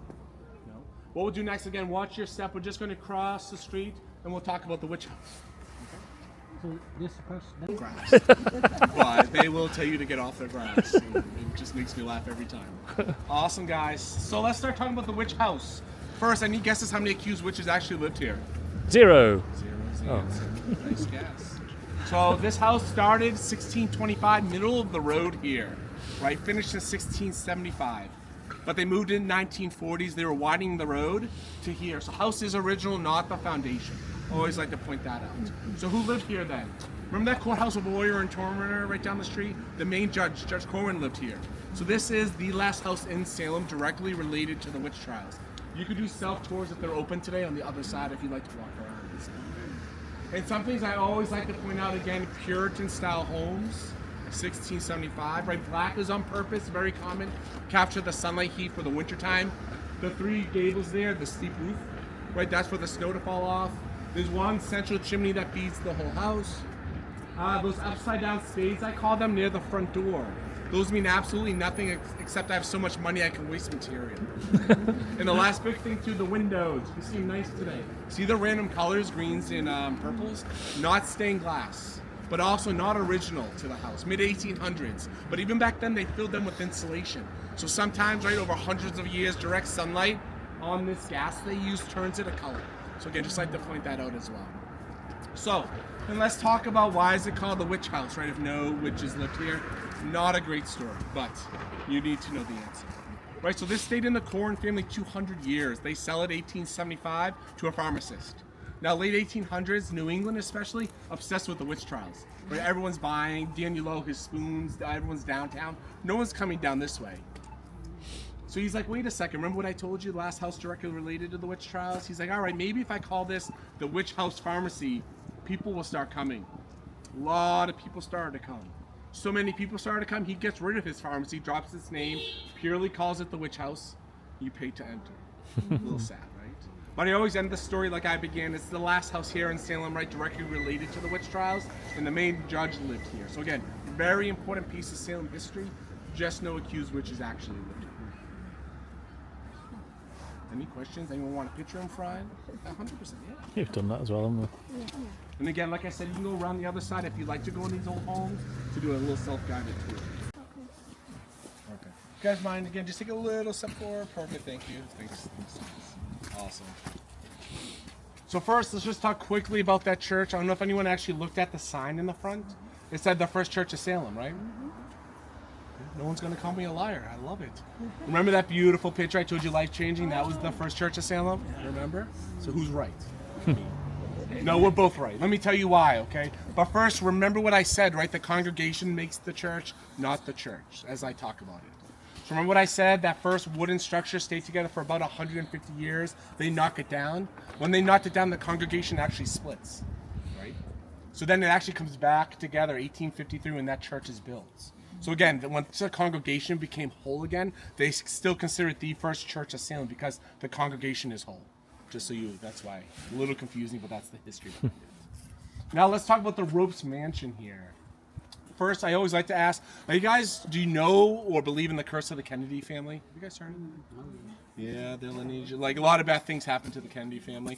In my mind, though, the Ropes family is up there as well. What we at least know happened in this house, over 15 people died of tuberculosis. Over 10 people died of smallpox. And as their family lineage started ending, they stopped having male heirs. So I like to quickly start at the end and work my way forward. So 1960, there's 3 Rope sisters left. Not true Rope sisters, but the last one imparted this whole line. They were left this house. They knew they had to come back to preserve it. They wanted to, but they also knew they probably would die. And they do. They all die within 10 years of moving here. But during that 10-year period, they did great things. They built a trust. That trust still pays for this house. They built beautiful gardens in the back.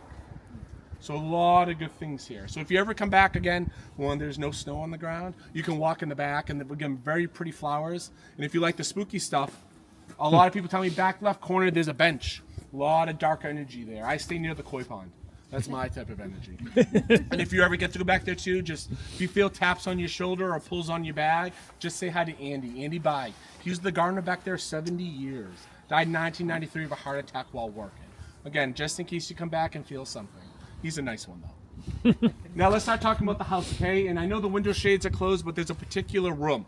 The second floor, top right window there. So who lived here, right? Late 1800s, just one sister, one real Abigail Ropes left. Single woman, big house. Anytime she'll go downtown Salem, she would have to carry a big stick. Men constantly will come up to her and says, hey, marry me. I'll solve all your problems, right? That's what men do. At least no, my wife tells me I caused the problem, right? She shooed them away and saying, I don't need you, and she didn't, right? She did great in this house by herself. But something happens. Was it mental illness? Was it being harassed every day going downtown? Where she spends more and more time in that room. Where it turns into she never leaves that room. So one night they help her screaming, running around that room. They're like, that's Abigail being Abigail. Let's let her cool down. But then they hear a thud. We should probably check on her. They go in there, they find her burnt, over 90% of her body. She lives for 3 more weeks in that room, excruciating pain. So what happened to her, right? Think about that time period, what women wore, right? Tight dresses, long, flowy dresses. Unfortunately, this one was actually a really nice silk dress. All these rooms have tiny little fireplaces. She happened to just change out a couple of the coals. A few dropped on that dress, goes right up. She's running around that room on fire. So again, if you ever come back during the little bit more busy season, you can do tours in here. People will tell you that room in particular, very, very strange things happen. Days like today, extremely hot from the fire that happened there. So if you really like spooky stuff, I always say, come back and go inside. And then also top of the roof there, anyone know, want to guess what that railing is called? I'll give you a hint. Remember how close the ocean was? Good guess. You're getting close. So Widow's Walk or Widow's Peak. Ever heard of that term? So where that term comes from, right? Women will be up there waiting, looking for their husbands to come home from a ship. A lot of times they don't. They turn into widowers. That's where that comes from. Maybe most importantly, too, last thing about this house, Hocus Pocus. Allison's house, if you know the movie, the beginning of it, the party scene. That's this house here. How are we doing, guys? Any questions or photos of the house? Camera's coming out now. now. Focus. After the tour, I'll tell you where there's other sites, too, that we don't walk around that you can go see, okay? Yeah, thanks. Perfect. For sure.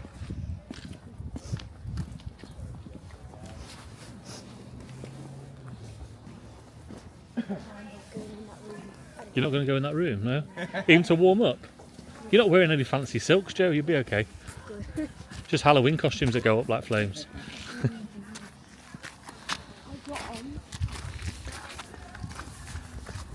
I found a different pronunciation for you. Yeah. So we would say Derby. Instead of Derby. Yeah. Derby, yeah. I don't know why. I'd say Derby if it was an A, not an E. D. Yeah, but I don't know why, yeah. Because even the town or the city, Derby, we would say Derby. Interesting. Yeah. I also heard us people in New England talk the poor man's English. Oh, right. Because a lot of the poor individuals from England, when they came over with the Pilgrims, they were really? Yeah. Yeah. So we don't speak the Queen's English. I don't think anyone does anymore now. Anyway, yeah. Yeah. Luckily, that all went. Yeah. The King's English now. Yeah. I don't think anyone talks like my grandparents, maybe, but yeah. Oh, really? Super proper. Yeah, like that sort of that pre-BBC talking. Yes. Yeah. I don't think I've ever met anyone talk like that. Yeah. There's a net if you want to fill that up. Oh yeah. The buildings are stunning. Absolutely it's stunning. Gonna get yeah. even nicer too. Yeah. Like I said, favorite part of the city. I definitely don't live here. So. Yeah. Too nice. I guess just keeping it looking nice as well. There must be a lot of pressure to do that. Massachusetts is really good with their preservation. Yeah, they give money to a lot of it. And also it's old money too. Yeah. It's like the tourism pays for everything as well, doesn't it? It does. So, a lot of the taxes for sure. Yeah. Awesome, guys. So just a really quick extra stop. First, does anyone know what an Athenaeum is? I didn't know this before I moved here either. If you know your Greek goddesses, Athena, goddess of wisdom, so library. So before public libraries are all private, there's only 12 Athenaeums left in the country, 1 of 12. Second oldest, right, 1760. Oldest one is in Boston. So again, if you're still in Boston and if you want to go to the Boston Athenaeum, you can actually make a reservation to read a book, but they give you gloves. Wow. Do you want to know the story why? Yeah, all right. It's a little gross. Not too gross. Yeah, you want to know? All right. So what happens, right? This 1852, there was a warden. He wanted to write a story about a murder in one of the jail cells that he owns. Goes to his cell, says, hey, can I write this story about you? He said, you sure can, but the only thing is, you need to wait till I die to publish the book. The reason being that book, you need to bound in my skin. So you can go to the Boston Anthony and read the book about the murder committed in the murderer's skin. Like I said, they give you gloves. Oh. So we'll go next. We're going to keep going down. We'll take a left at that yellow house. Remember Daniel Lowe, the spoon guy? He sold so many spoons. He built this beautiful house in the late 1800s. And as we walk down the road, it's a one-way street. Just walk in the middle. Take a look out for door knockers. I want to talk with them at the end. My favorite house is down here, too. It looks like, in my mind, a Bavarian-style home. And this is where the sidewalk is going to start getting a little wavy. So please watch your feet. Or you can push them. But these are quite normal for us. Are they? Yeah. Yeah, pretty uneven, yeah.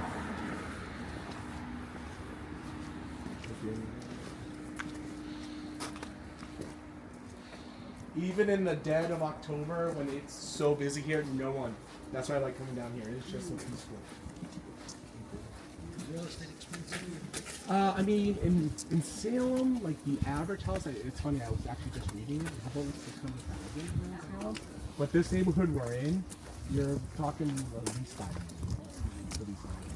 Yeah, and once we get to the end of this road, you'll see. How much say 5 million? Yeah, Wow. at least. Wow. At least. In this area. Yeah. In this area. And this is the home, in my mind, again, Bavarian style, like chalets. Yeah. Old carriage house. The one at the end looks like Home Alone. Oh, yeah.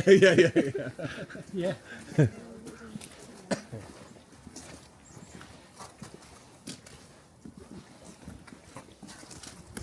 Almost quite Tudor. Yeah.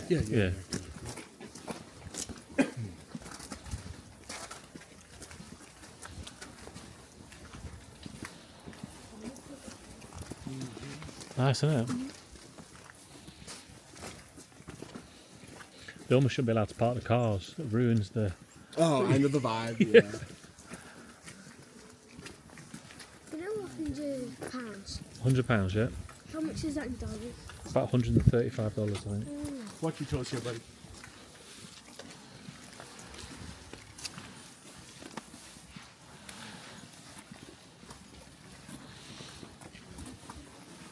Just look like the Home Alone house, doesn't it? Yeah.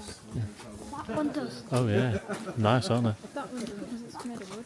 Is it 5 mil? Oh no, this is beautiful. Because it's like the whole historic preservation bit. Actually, it's like stone and you put like a cladding over Yeah. That's why I'll take 35 degrees. They probably just keep it. That's brick as well, isn't it? Yeah. Oh, you bundle it up with your neck. The wood probably keeps the heat in, does it, or something maybe? But I get it, right? You're on vacation. You're not just gonna sit inside. You know what I mean? Yeah. And lovely. honestly, I would rather the cold than the hot, because at least you can bundle up. The hot, at some point, you can't. Awesome, guys. When you're walking down that little road, did you happen to see some door knockers? A lot of pineapples, right? Hospitality, a lot of people think of. Also swingers, but not this time either. Okay, they're not upside down. A lot of people think that. So, right, most of these homes were between 1790s, 1820 time period, that great age of sail. Old captains' homes. So what did they do for the pineapples, right? They would send their captains down to the Caribbean to buy pineapples to bring them back. But they would not eat them, right? They would keep them on their counters, bring them to parties, rent them out as a status symbol of wealth and influence. Again, if you go to Savannah, Georgia, Charleston, South Carolina, these old wealthy port cities, you'll see a ton of pineapples for that reason. Okay. Once this car or 2 cars, what we'll do is we'll cross the street, but I like to pause in the middle of it. Again, it's not as dramatic because of all the snow in the bank, but you really get an appreciation. This is a one-way road. Like to stand here, right? Again, a one-way street, beautiful homes, trees. 98% of these houses here, 85% are private, 95% are single family, right? There's one museum down there and one hall down there. Everything else is private. So pretty impressive and beautiful. My house is right over here. No, just kidding. Why are you laughing? What are you trying to say? by this. This is the last one on the street. Original, where you used to tie your horses. That's one. Oh wow. See it. Just watch your step here. Really icy spot.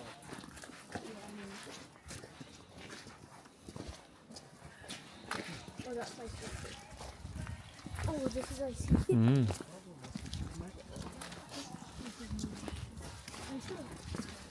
I don't think I've ever seen a NATO flag being flown anywhere in my life. That's NATO. Yeah, it just said NATO, yeah, NATO, and that's EU as well. Of course, but Yeah. I've never seen a NATO flag flown. Yeah, I'm really curious. Yeah. Like why? Well, you know, Massachusetts, especially Salem, is pretty liberal, so I'm sure it's In case of something. it's in case there's any Russians around or something. You know, yeah, they're there for them all. But yeah, never really seen a NATO flag being flown. Yeah. Oh, wow, pretty cool. Awesome, guys. So really quick, too, want to talk about this neighborhood just a little bit more. But first, again, I know the snow's not going to help you answer this question, but any guesses how wide that street was we crossed? Maybe do sidewalk to sidewalk? We'll do Prices Right rules. Any guesses in feet? I was going to say we're Feet? meters. It's I right. could do a quick meter 10 calculation. meters. 10 meters? Okay. Okay. Yes. Pretty close. 15 meters? Nice. Any guesses? How much? 13 meters? Oh, we're doing meters. Awesome. So let me tell you a quick story, then I'll tell you how many feet. All right. So again, say early 1800s, you lived on that end of Chestnut Street. Of course, you want to see your friends down here. You're rich. You're not walking. So what do? You hop in your horse and buggy, right? Small little horse and buggy. Come down here, see your friends. But at the end of the night, again, you don't have time to unhook your horse, hook it back up. So back then, you could do a U-turn in that street in about 61 feet. It's about 63 and a half feet wide here. So this whole neighborhood we're standing in is actually the first planned neighborhood in the whole country. So everything that was here was designed on paper first. Pretty impressive. And I know architecture is a little bit slow, but I want you to know what you're looking at. Brick building right here to my 3 o'clock, called a Federalist style. 80% of the homes are in that style. What makes it Federalist? Very boxy, very symmetrical. First floor windows are massive. That's the party floor. That's your show-off floor. That's your most important floor in these homes. Second floor bedrooms. That third floor or half floor, that's where the help live. Probably up to my nose. Back in the 1800s, you don't pay taxes on that floor. The government does not consider that a livable space. Of course, now you pay taxes on everything there. Now I get a lot of questions, right? How much, mostly, and how big. So I'll show you the biggest and smallest houses because they're right next to each other. So that blue house over there, if you're an author fan, have you heard of Nathaniel Hawthorne? The author, he lived in that house. All right, that's the smallest house, about 4,500 square feet. I wish I could do the conversion for you guys. That's Sorry, okay, I'm trying yeah. to think of it. It's really big. And the biggest one's right in front of you guys, about 14,000 square feet. Massive, massive, massive homes. And how much do they cost? Ranging between 5 and 9-ish million. And remember, all these homes are historic. So to do anything to them, you need permission. Right? Touchy walls, doors, paint, floors. So I do think that puts a little cap on the price. I appreciate them, but would never live in one. Even if I could afford it. Which I can't. Awesome. How are we doing, guys? Any questions? No? So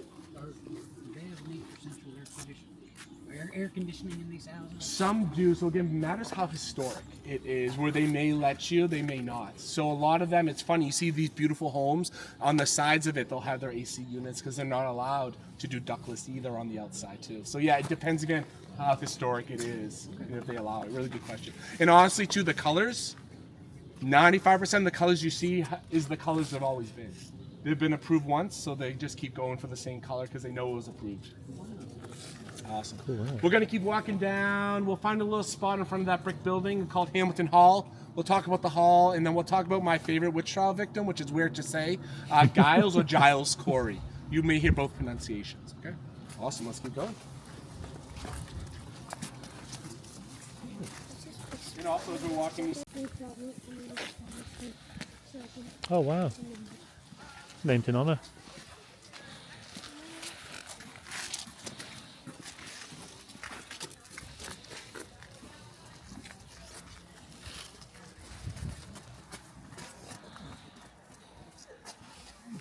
Also, guys, welcome to Hamilton Hall, built in 1805. Any Alexander Hamilton fans here? Any guesses? Do you think he comes here? No. probably. No, he actually dies the year prior, right? 1804 from the duel. So named after him. But some big names do come here. John Quincy Adams, both Roosevelt presidents, and Marquis de Lafayette does come here when he comes back to drum up support for the French Revolution. So as I talk about this again, just remember in the back of your mind the neighborhood, right? Very rich, influential. So what do these rich folks want? They want a place to go party for themselves and their children. So a function hall. Right, first floor is big, open seating area, big chairs, big fireplaces for the older ones. Upstairs, second floor. Ooh, can you guys just move in a little bit this way? I just looked up. I really don't want that skull to fall at any point. Let's all move down. That would not be a good vacation. Perfect. Yeah, perfect. Okay, makes me feel a little better. Thanks. Yeah, and like I was saying, upstairs is a big open dance floor. And then my favorite part, you guys see this layer of bricks sticking out right above the first floor windows? Again, built in 1805, always impressive when I talk about this because this day and age, we can't even make things last 5 years, refrigerators. So, 1805, what did they think about? In there are springs. The thought was maybe these springs would take some pressure off your feet while you're dancing. You know, dance a little bit longer, meet someone a little bit sooner, and get married. Again, pretty impressive, a 200-plus-year-old, and they're thinking that type of stuff. Awesome.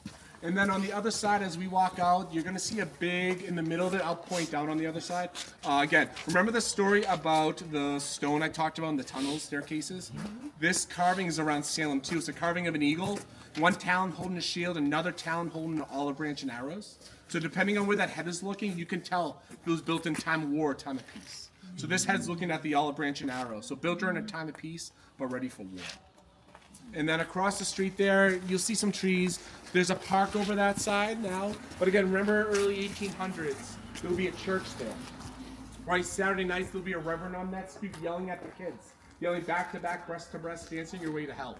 Right, because they're dancing here on Saturday. Sundays, they're going there to pray. Any guesses what happens to that church? That would be better than what actually happens. They burnt down 3 times, right? So pretty impressive on both ends. Awesome. And then, yeah, I'd like to talk about that other the witch story here about Giles Corey before we get back to downtown, okay? So Giles Corey was in his mid-80s. His wife Martha also in her mid-80s.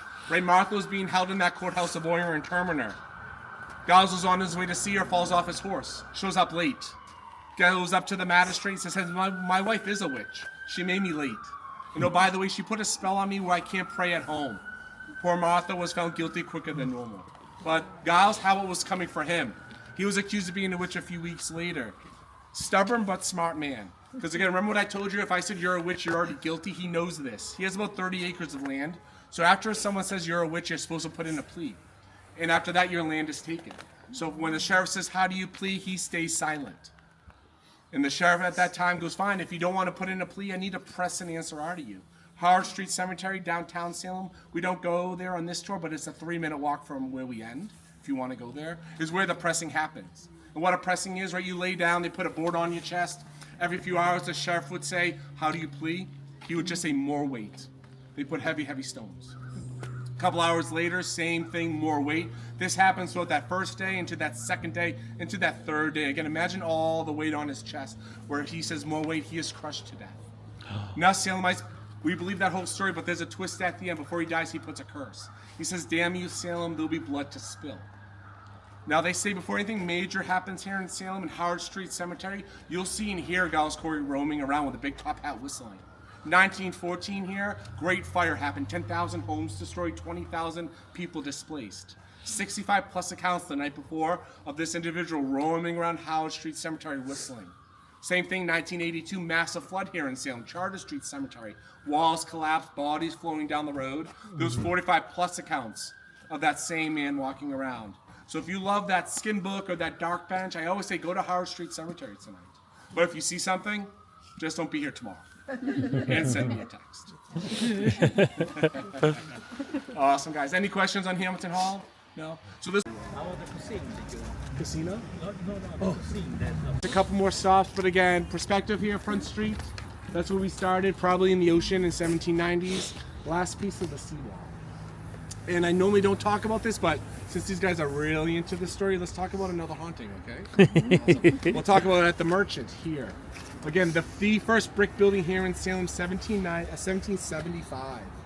Now, surprisingly about this, it was an inn for about 150 years, but then it was abandoned. Abandoned all the way up to the 1970s, where this family buys it, turns it into a realty office. Right, the opening night, they had all their coworkers come. They were taking pictures on the Polaroids, right, of the night of the people. So I want to show you 2 pictures. Right, that first picture I'll show you is how this woman was supposed to look. Okay, looks like someone from the 70s. Just a normal picture. Wow, that's scary.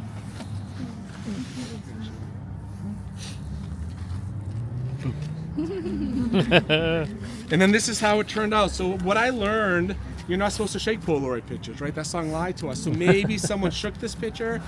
Maybe it's a demonic being.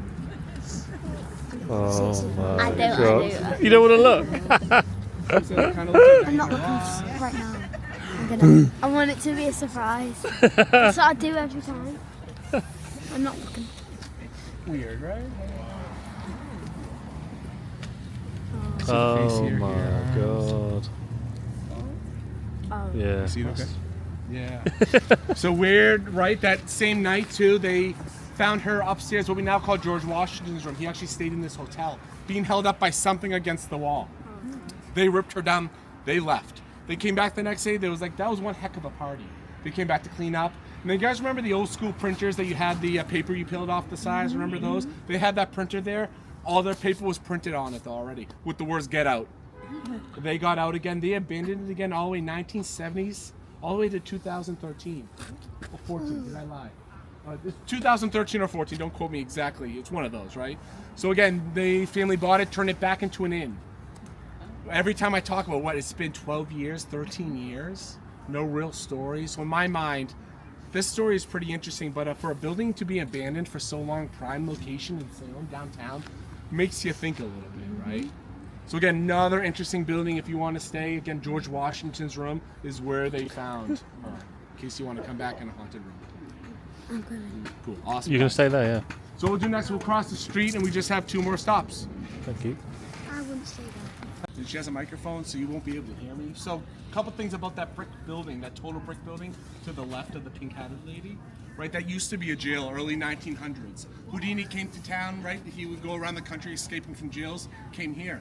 So the second floor is where the jail cell was. What did they do to him? Right, they stripped him down to his boxers, handcuff him, throw him in a cell. The next cell, next one, they put all his clothes, lock that door. Sheriff comes down to that front window. 13 minutes later, here's a knock. It was Houdini, fully clothed, handcuffed to 2 other inmates. There's a fun little story I always like to talk about that. Then also, if you walk around the city, you may have noticed or will notice a lot of pirate museums. Maybe it makes a little bit more sense about the great age of sail, but also remember the wars we talked about, those 50 wars? This happened at least twice that we know, right? Pirates came docked up, probably drunk off their rum, trying to fire their cannons on downtown Salem, but blew up their own ship. So these museums, if you're into it, they're pretty cool, especially the Real Pirate Museum has real artifacts from these pirate ships. Wow. And then the last thing, remember the tunnels we talked about, right? So right down the road, they're my favorite restaurant called Mercy Tavern. Back in the early 1800s, it was a brothel. Right, what did they do there? They would drug healthy men, bring them through these tunnels, drag them to their ships. Right, that day or the next day, they would wake up in the open ocean. Really nothing else to do at that point but to become a pirate. Just one last thing is they use these tunnels for here in Salem. Awesome. Any questions? All right, let's head out to the last stop, all right? No, you're supposed to say no. Awesome, guys. Good job. Last stop. So welcome to the Witch Memorial, Charter Street Cemetery. The first question I always get to is like, hey, is this where the witches were killed and buried? No. That happened about a mile down the road called Proctor's Ledge. You can still go there. There's a rock on the ledge explaining it. Behind an abandoned Walgreens. Really sets the ambiance if you want to see it. But it's there. Now, who would be there? Do you guys mind just scooting just a little bit? Sorry, I know I am annoying. Thank you, perfect. Awesome. So who would be up at Proctor's Ledge, right? There actually would be a reverend, right? Reverend borrowed a noose around his neck. All of a sudden, he started to recite the Lord's Prayer. People there were like, interesting, and a witch should not be able to say these pure words, right? Some doubt starts to trickle in, but unfortunately, they still kill him. But a few weeks later, someone accuses Governor Phipps of Massachusetts, his wife, of being a witch. We all know, right? You accuse someone in power of something, they'll find the way out of it. He does, and he's pretty smart. Because if he said if the witch trials are over, probably would have been accused of being a witch. So he did 2 things. Well, remember that courthouse of Oyster and Terminer we talked about? Think that like a district level court? He gets rid of it, brings it up to a superior level. And then 2, remember all those spectral evidence, the witch pins, the witch cakes, gets rid of that. So without those 2 things, no one else is accused or even killed. So let's take a step back and talk numbers, right? So 12 girls do all the accusing. They accused over 220 people of being a witch. And as you can tell, it kind of just abruptly ends because Governor Phipps got involved. So those many hundred people in jail, they don't just set you free, right? You have to pay for your time and your food. So this memorial here, right in the middle of the grass area, you see these trees? There's 5 locust trees right in the middle. Locust trees represent the injustice of the witch trials, and they're the last to bloom, the first to lose their leaves. They also represent the 5 people who died in jail. And one of these trees represents the youngest witch trial victim, a 4-year-old girl. Right? She told someone she could talk to snakes, found her guilty. Witch trials were over. You had to pay your food and your time. Her father could not do that. She died in jail starvation. Really, really sad. And as you walk around the memorial here, a lot of people, I was here yesterday, were putting roses, coins on it. Right? You're going to see 20 benches. On the benches, you're going to see their names, how they were killed, and when they were killed. Right? 19 by hanging, 1 by being pressed to death. That was Corey. That way. And I get also a lot of questions. Wait a second, I thought witches were burned at the stake, right? No. Well, the answer is yes, they were, but in Europe, that's a European thing. So in Europe, if you're considered a witch, it's a crime against the Pope. Any crime against the Pope, you're burned at the stake. But here, right, being accused of witch is a crime against the king, which is capital punishment, and that's to be hung. All right, so yeah, when you're watching a movie now, let's see if it's factual. All right, I always like that little information. But again, as you can tell, it just abruptly ends. Governor Phipps, he puts a law in place. Last 50 years, you can't talk about the witch trials. Such a stain on the Commonwealth. What happened to those girls? Absolutely nothing. Never got in trouble. Their family started to get shunned later on in life, but they never got in trouble. A few years later, though, Ann Putnam, I talked about her a lot. She did say, yes, we did it, but the devil made me do it. And let's talk about the whys. So, do you want to know a debunked reason? It's interesting, though. You want to hear it? Yeah. The debunked one? All right. I wish it was true, not that just humanity just kills people, because that's really what it comes down to. So really, some people thought these girls were hallucinating from ergot poisoning. Essentially, ergot's a form of LSD. So some people believed that these girls ingested this ergot from a moldy rye bread, right? But they debunked that for a few reasons. One, you need a very wet summer, but 1692 was very dry. No one was losing fingers and toes, right? Gangrene's a side effect. And the third, right, it wouldn't just be random girls, at least it would be household or village-wide. But like I said, interesting thought, and I really wish that was the reason to explain it.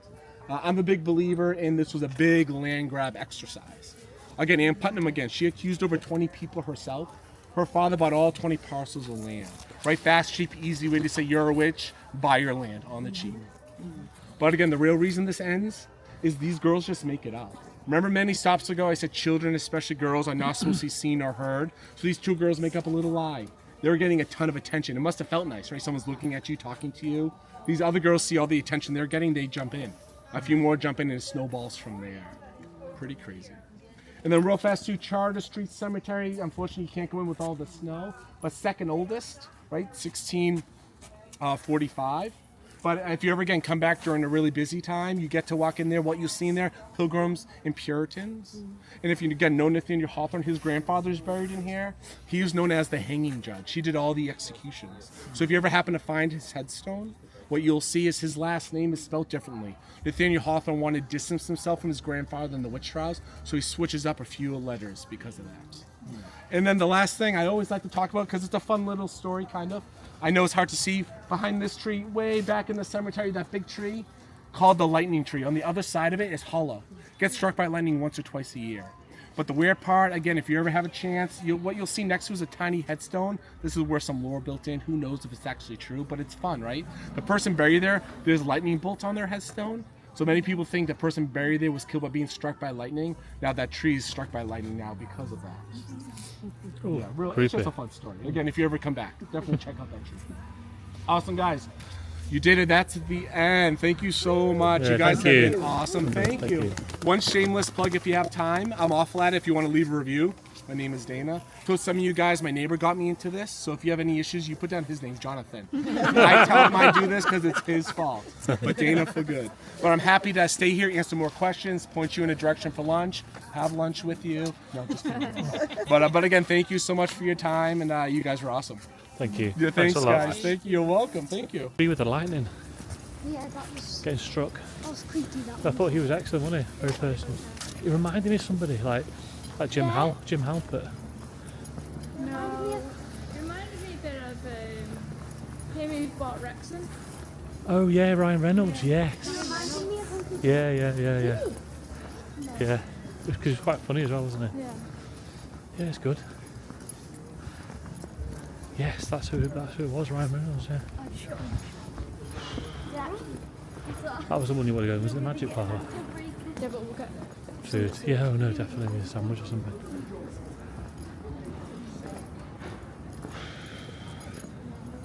And I don't think it was that. Was it? I thought it was that one. Oh no, it was the one further back.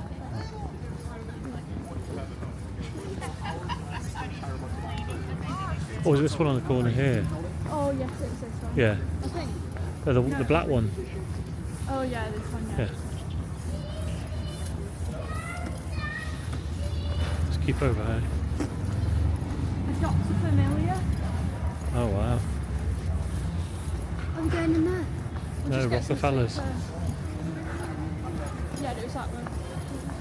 And then are we going in there? I think we've got the best merch though, don't we? Can we look in there? Yeah. Yeah? Let's go get some food. Come on. So you can get in this way. Oh no, it says on that one. I wonder where the hocus pocus. Where I think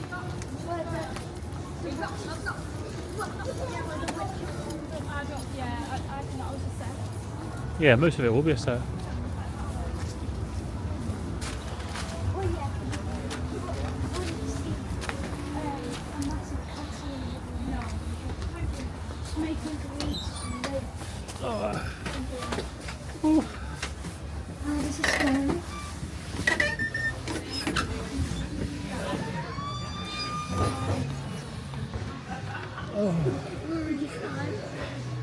Why is it? Picture, look. I'm going to take a picture. Yeah.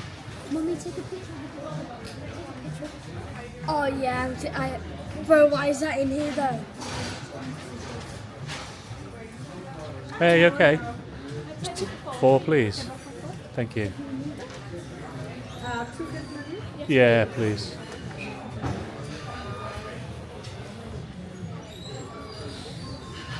I took it like that so I can get everything in. Hey, it's your song, Joe.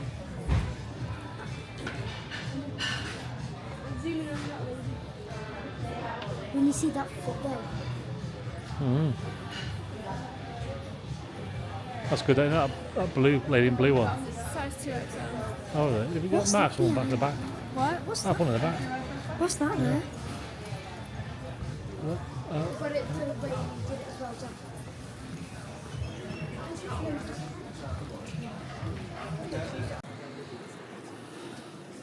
Why are they doing so hard?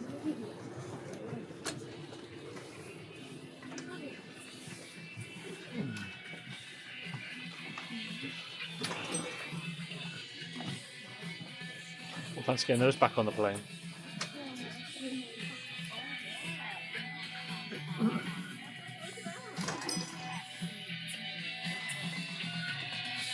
That's good, isn't it? Yeah. The Ghostbusters.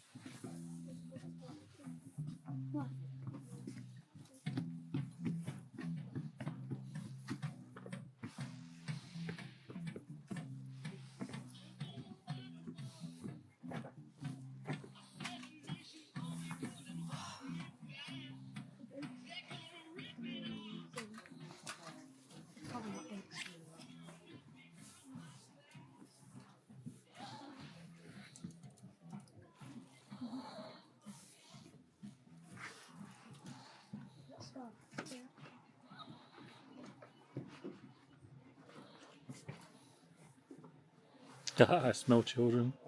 Buy 2 get 1 free. Daddy, Weren't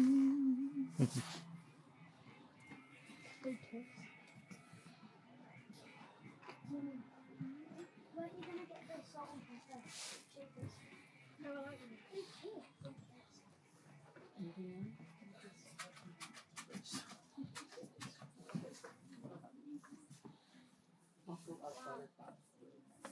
Oh, it's cold.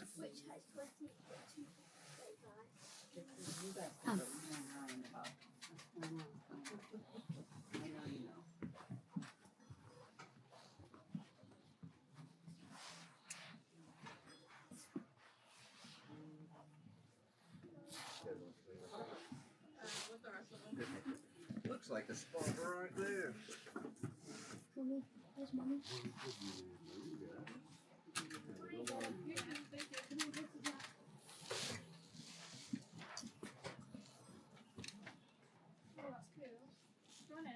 Yeah, it's from adults.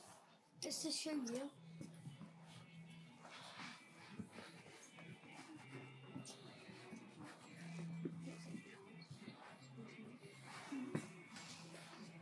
Show them that.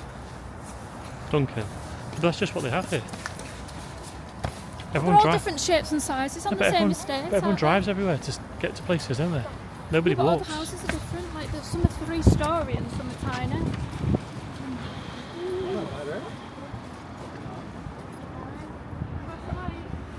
Wait.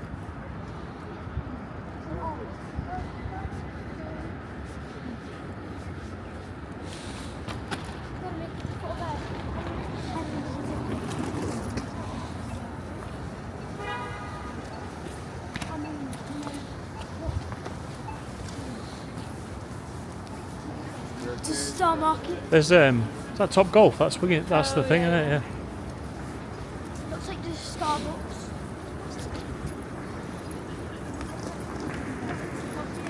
Wasn't it in the station we had to go? Might be a Celtic one. We went to go in the station, didn't we? Yeah. Pardon? There might be a Celtic one. I don't think there will be. I think we've got Boston, haven't we? Going up here? No, I think we have to go to the station, don't we? And then go across to the underground. Do you remember? It was just in here on the right, wasn't it, I think? What's it called? Oh, where's the shop? Yeah. You went inside it, Jack? Looking at this shop, kids. Yeah. Your fire.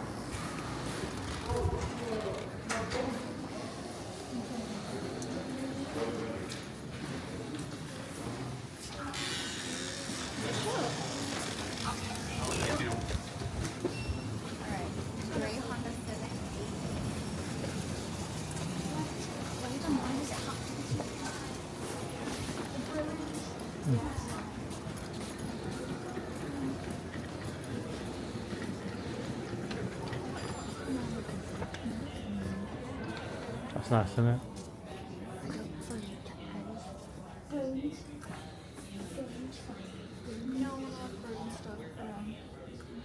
No one will know who it is. Look at this. Do you like it? Yeah. Bass.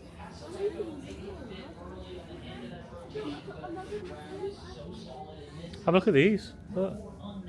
It's the kids' stuff here. Look at that. Yeah, Look at that. Look at that guy.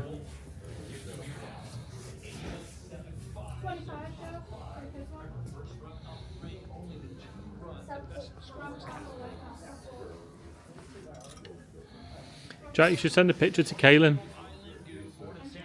Send a picture to him. Look at the hats as well, the woolly hats, look at those.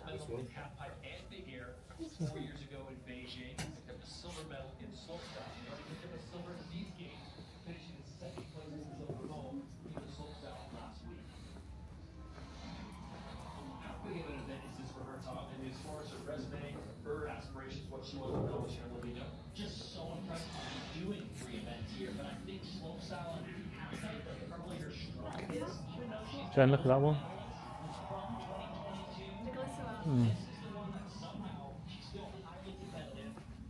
Prominent chance of winning a medal, but this is like her weakest event, and she's still double This is the Celtics mascot.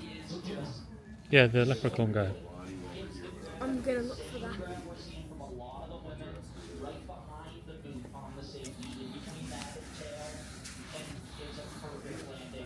What's that? $75. Wow.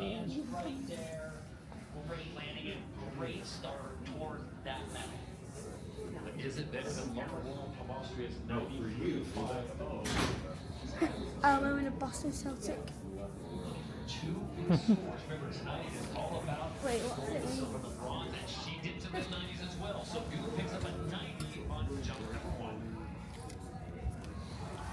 mean? $10, wow.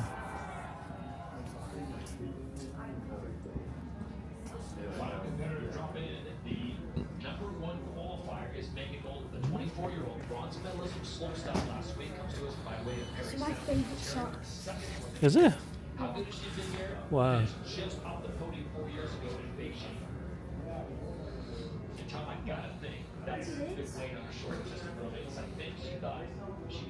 It's like that.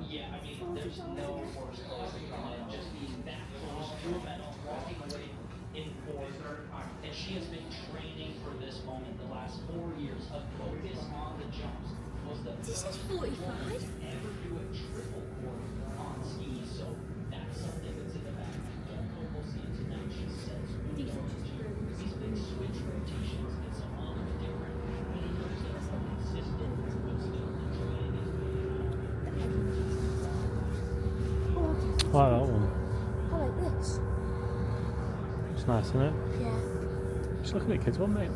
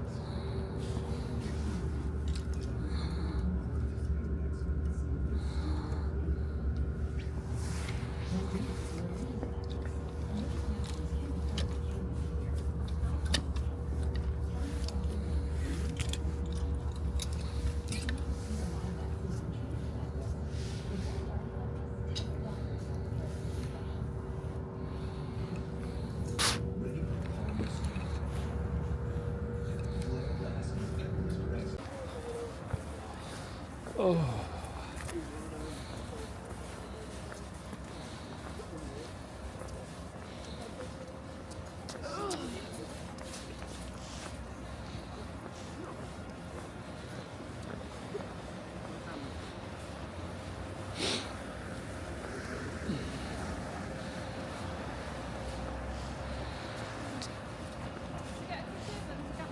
It's probably on here, I think.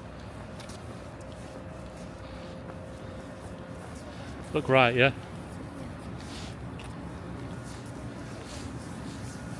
Union Oyster House.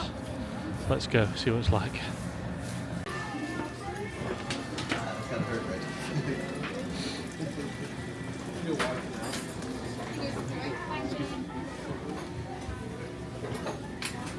Oh wow, that's cool, isn't it?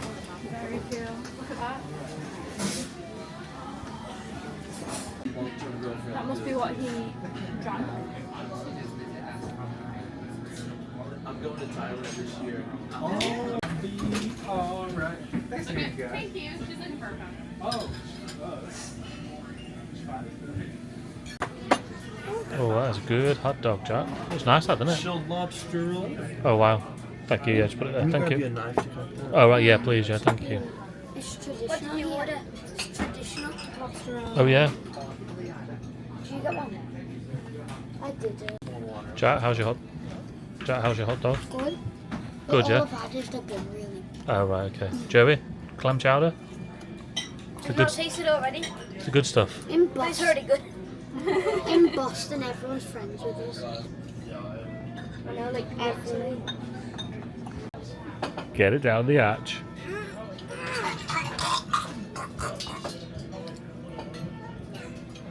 Thanks. Oh, that nervous. It doesn't really taste for now.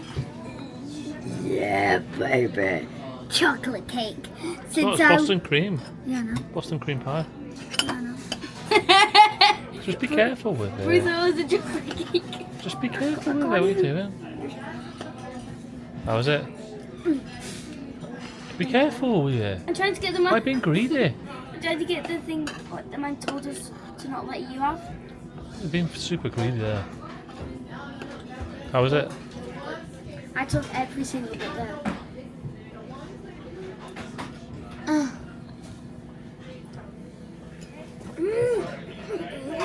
I'm not doing any in me. Good. I didn't. Go on, Jack. How much is the meal? Come on. on. Come on.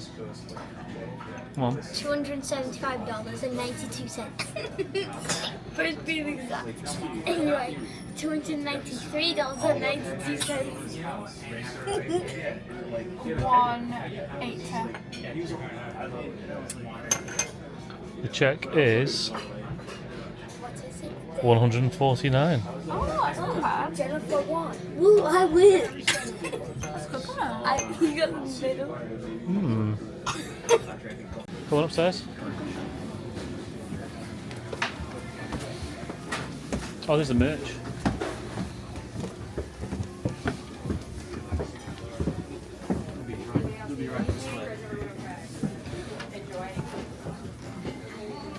Oh wow, so cool up here as well.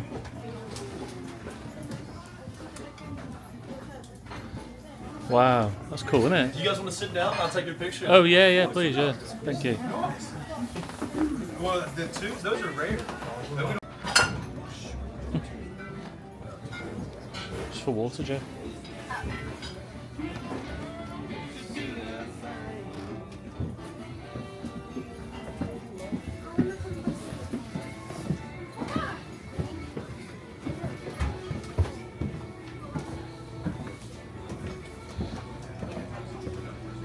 How'd you get in there?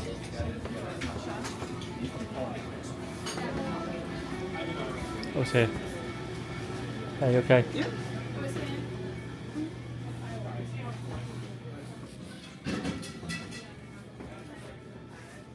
Robbie? Oh, there's a magnet. Robbie's up. Definitely gotta get a magnet. Yeah.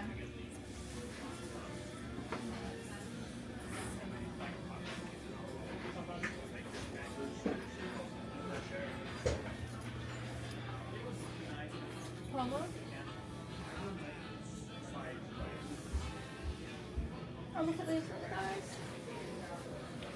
What are you doing? Lace.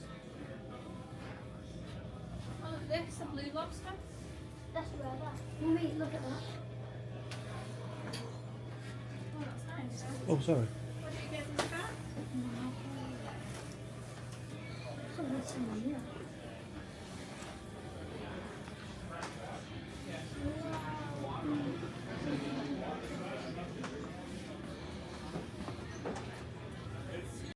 So that concludes day 3 of the Boston vlog. What have we been doing today? So we got the T train to Salem. No, got the T train to North Station. Oh yeah, then to Salem. And then we went to Salem for the day and did the walking tour. That the walking tour we put last No, minute. I gotta show you something. But hang on, it was really, really good. It was, some of it was scary. So this girl haunts something. The blue, you can't really see it, but if you search the woman in blue at the Rockafellas in Salem, you can read all about it. That was pretty scary. So they were buried under the place where we stayed in. So the blue, and that's what I found underneath it. Yeah, Joe took a picture in there, and then there was blue on the floor, which is a bit scary. So yeah, so we did Salem, and then we came back to Boston. We went to the TD Garden because that's the home of the Celtics and the Bruins. We wanted to go to the merch store, which we did. So we had a little wander around there, and we got some little bits and bobs. And then we came back to the hotel and chilled for a bit because we were all absolutely exhausted and it had been another long day. And then an hour later, and then about 6:30, we went out to the Union Oyster Bar and Restaurant. Is that right? Yeah. Yeah. And it is officially the oldest restaurant in America, where we had mussels and oysters and lobster and all sorts of things. It was really, really good. Joe had his favourite clam chowder, didn't he? So that was good. Okay. Yeah. And then, well, we did have a big meal in Salem only a few hours before, didn't you? So now's the reveal of our step counter. So Jack, how many steps have you done? Well, it's nothing me though. Hang on. Okay, Joe can start. All right, Joe then. So I have done 22,723 steps. And nearly 15 kilometres. 14.89 km. Yeah, so nearly 15 kilometres. Jack? I have done 20,076 steps. What's that in kilometres? 12.15 in kilometres. 12 and a half kilometres, yeah. Then on my watch it says I have done 17,556 steps, which is the equivalent of 12.75 kilometres. So been another monster day. At 6:20 to 7, I started this fitness thing, and it like shows you the thing, the way you've like walked until 7 o'clock, and I walked 1.23 kilometres. Oh, so that was from the hotel to the Oyster Bar, yeah? Yeah. So it's a 2 kilometre walk. It's basically down the Freedom Trail. Like, I've got to say, Boston, really easy city to get around, really good to walk around. Like, we're staying in the downtown, which is near Chinatown, but you're right by the start of the Freedom Trail and all that kind of stuff. So yeah, it's well worth doing. So I really like Boston. So yeah, that is the end of day 3. Tomorrow we are hiring a car and we are driving up to Maine. So we're driving up the coast, so that'll be fun. So yeah, come and join us with that on day 4. So until then, we'll see you later. Wait, don't forget to like, subscribe, and comment down below. See Till ya. next time.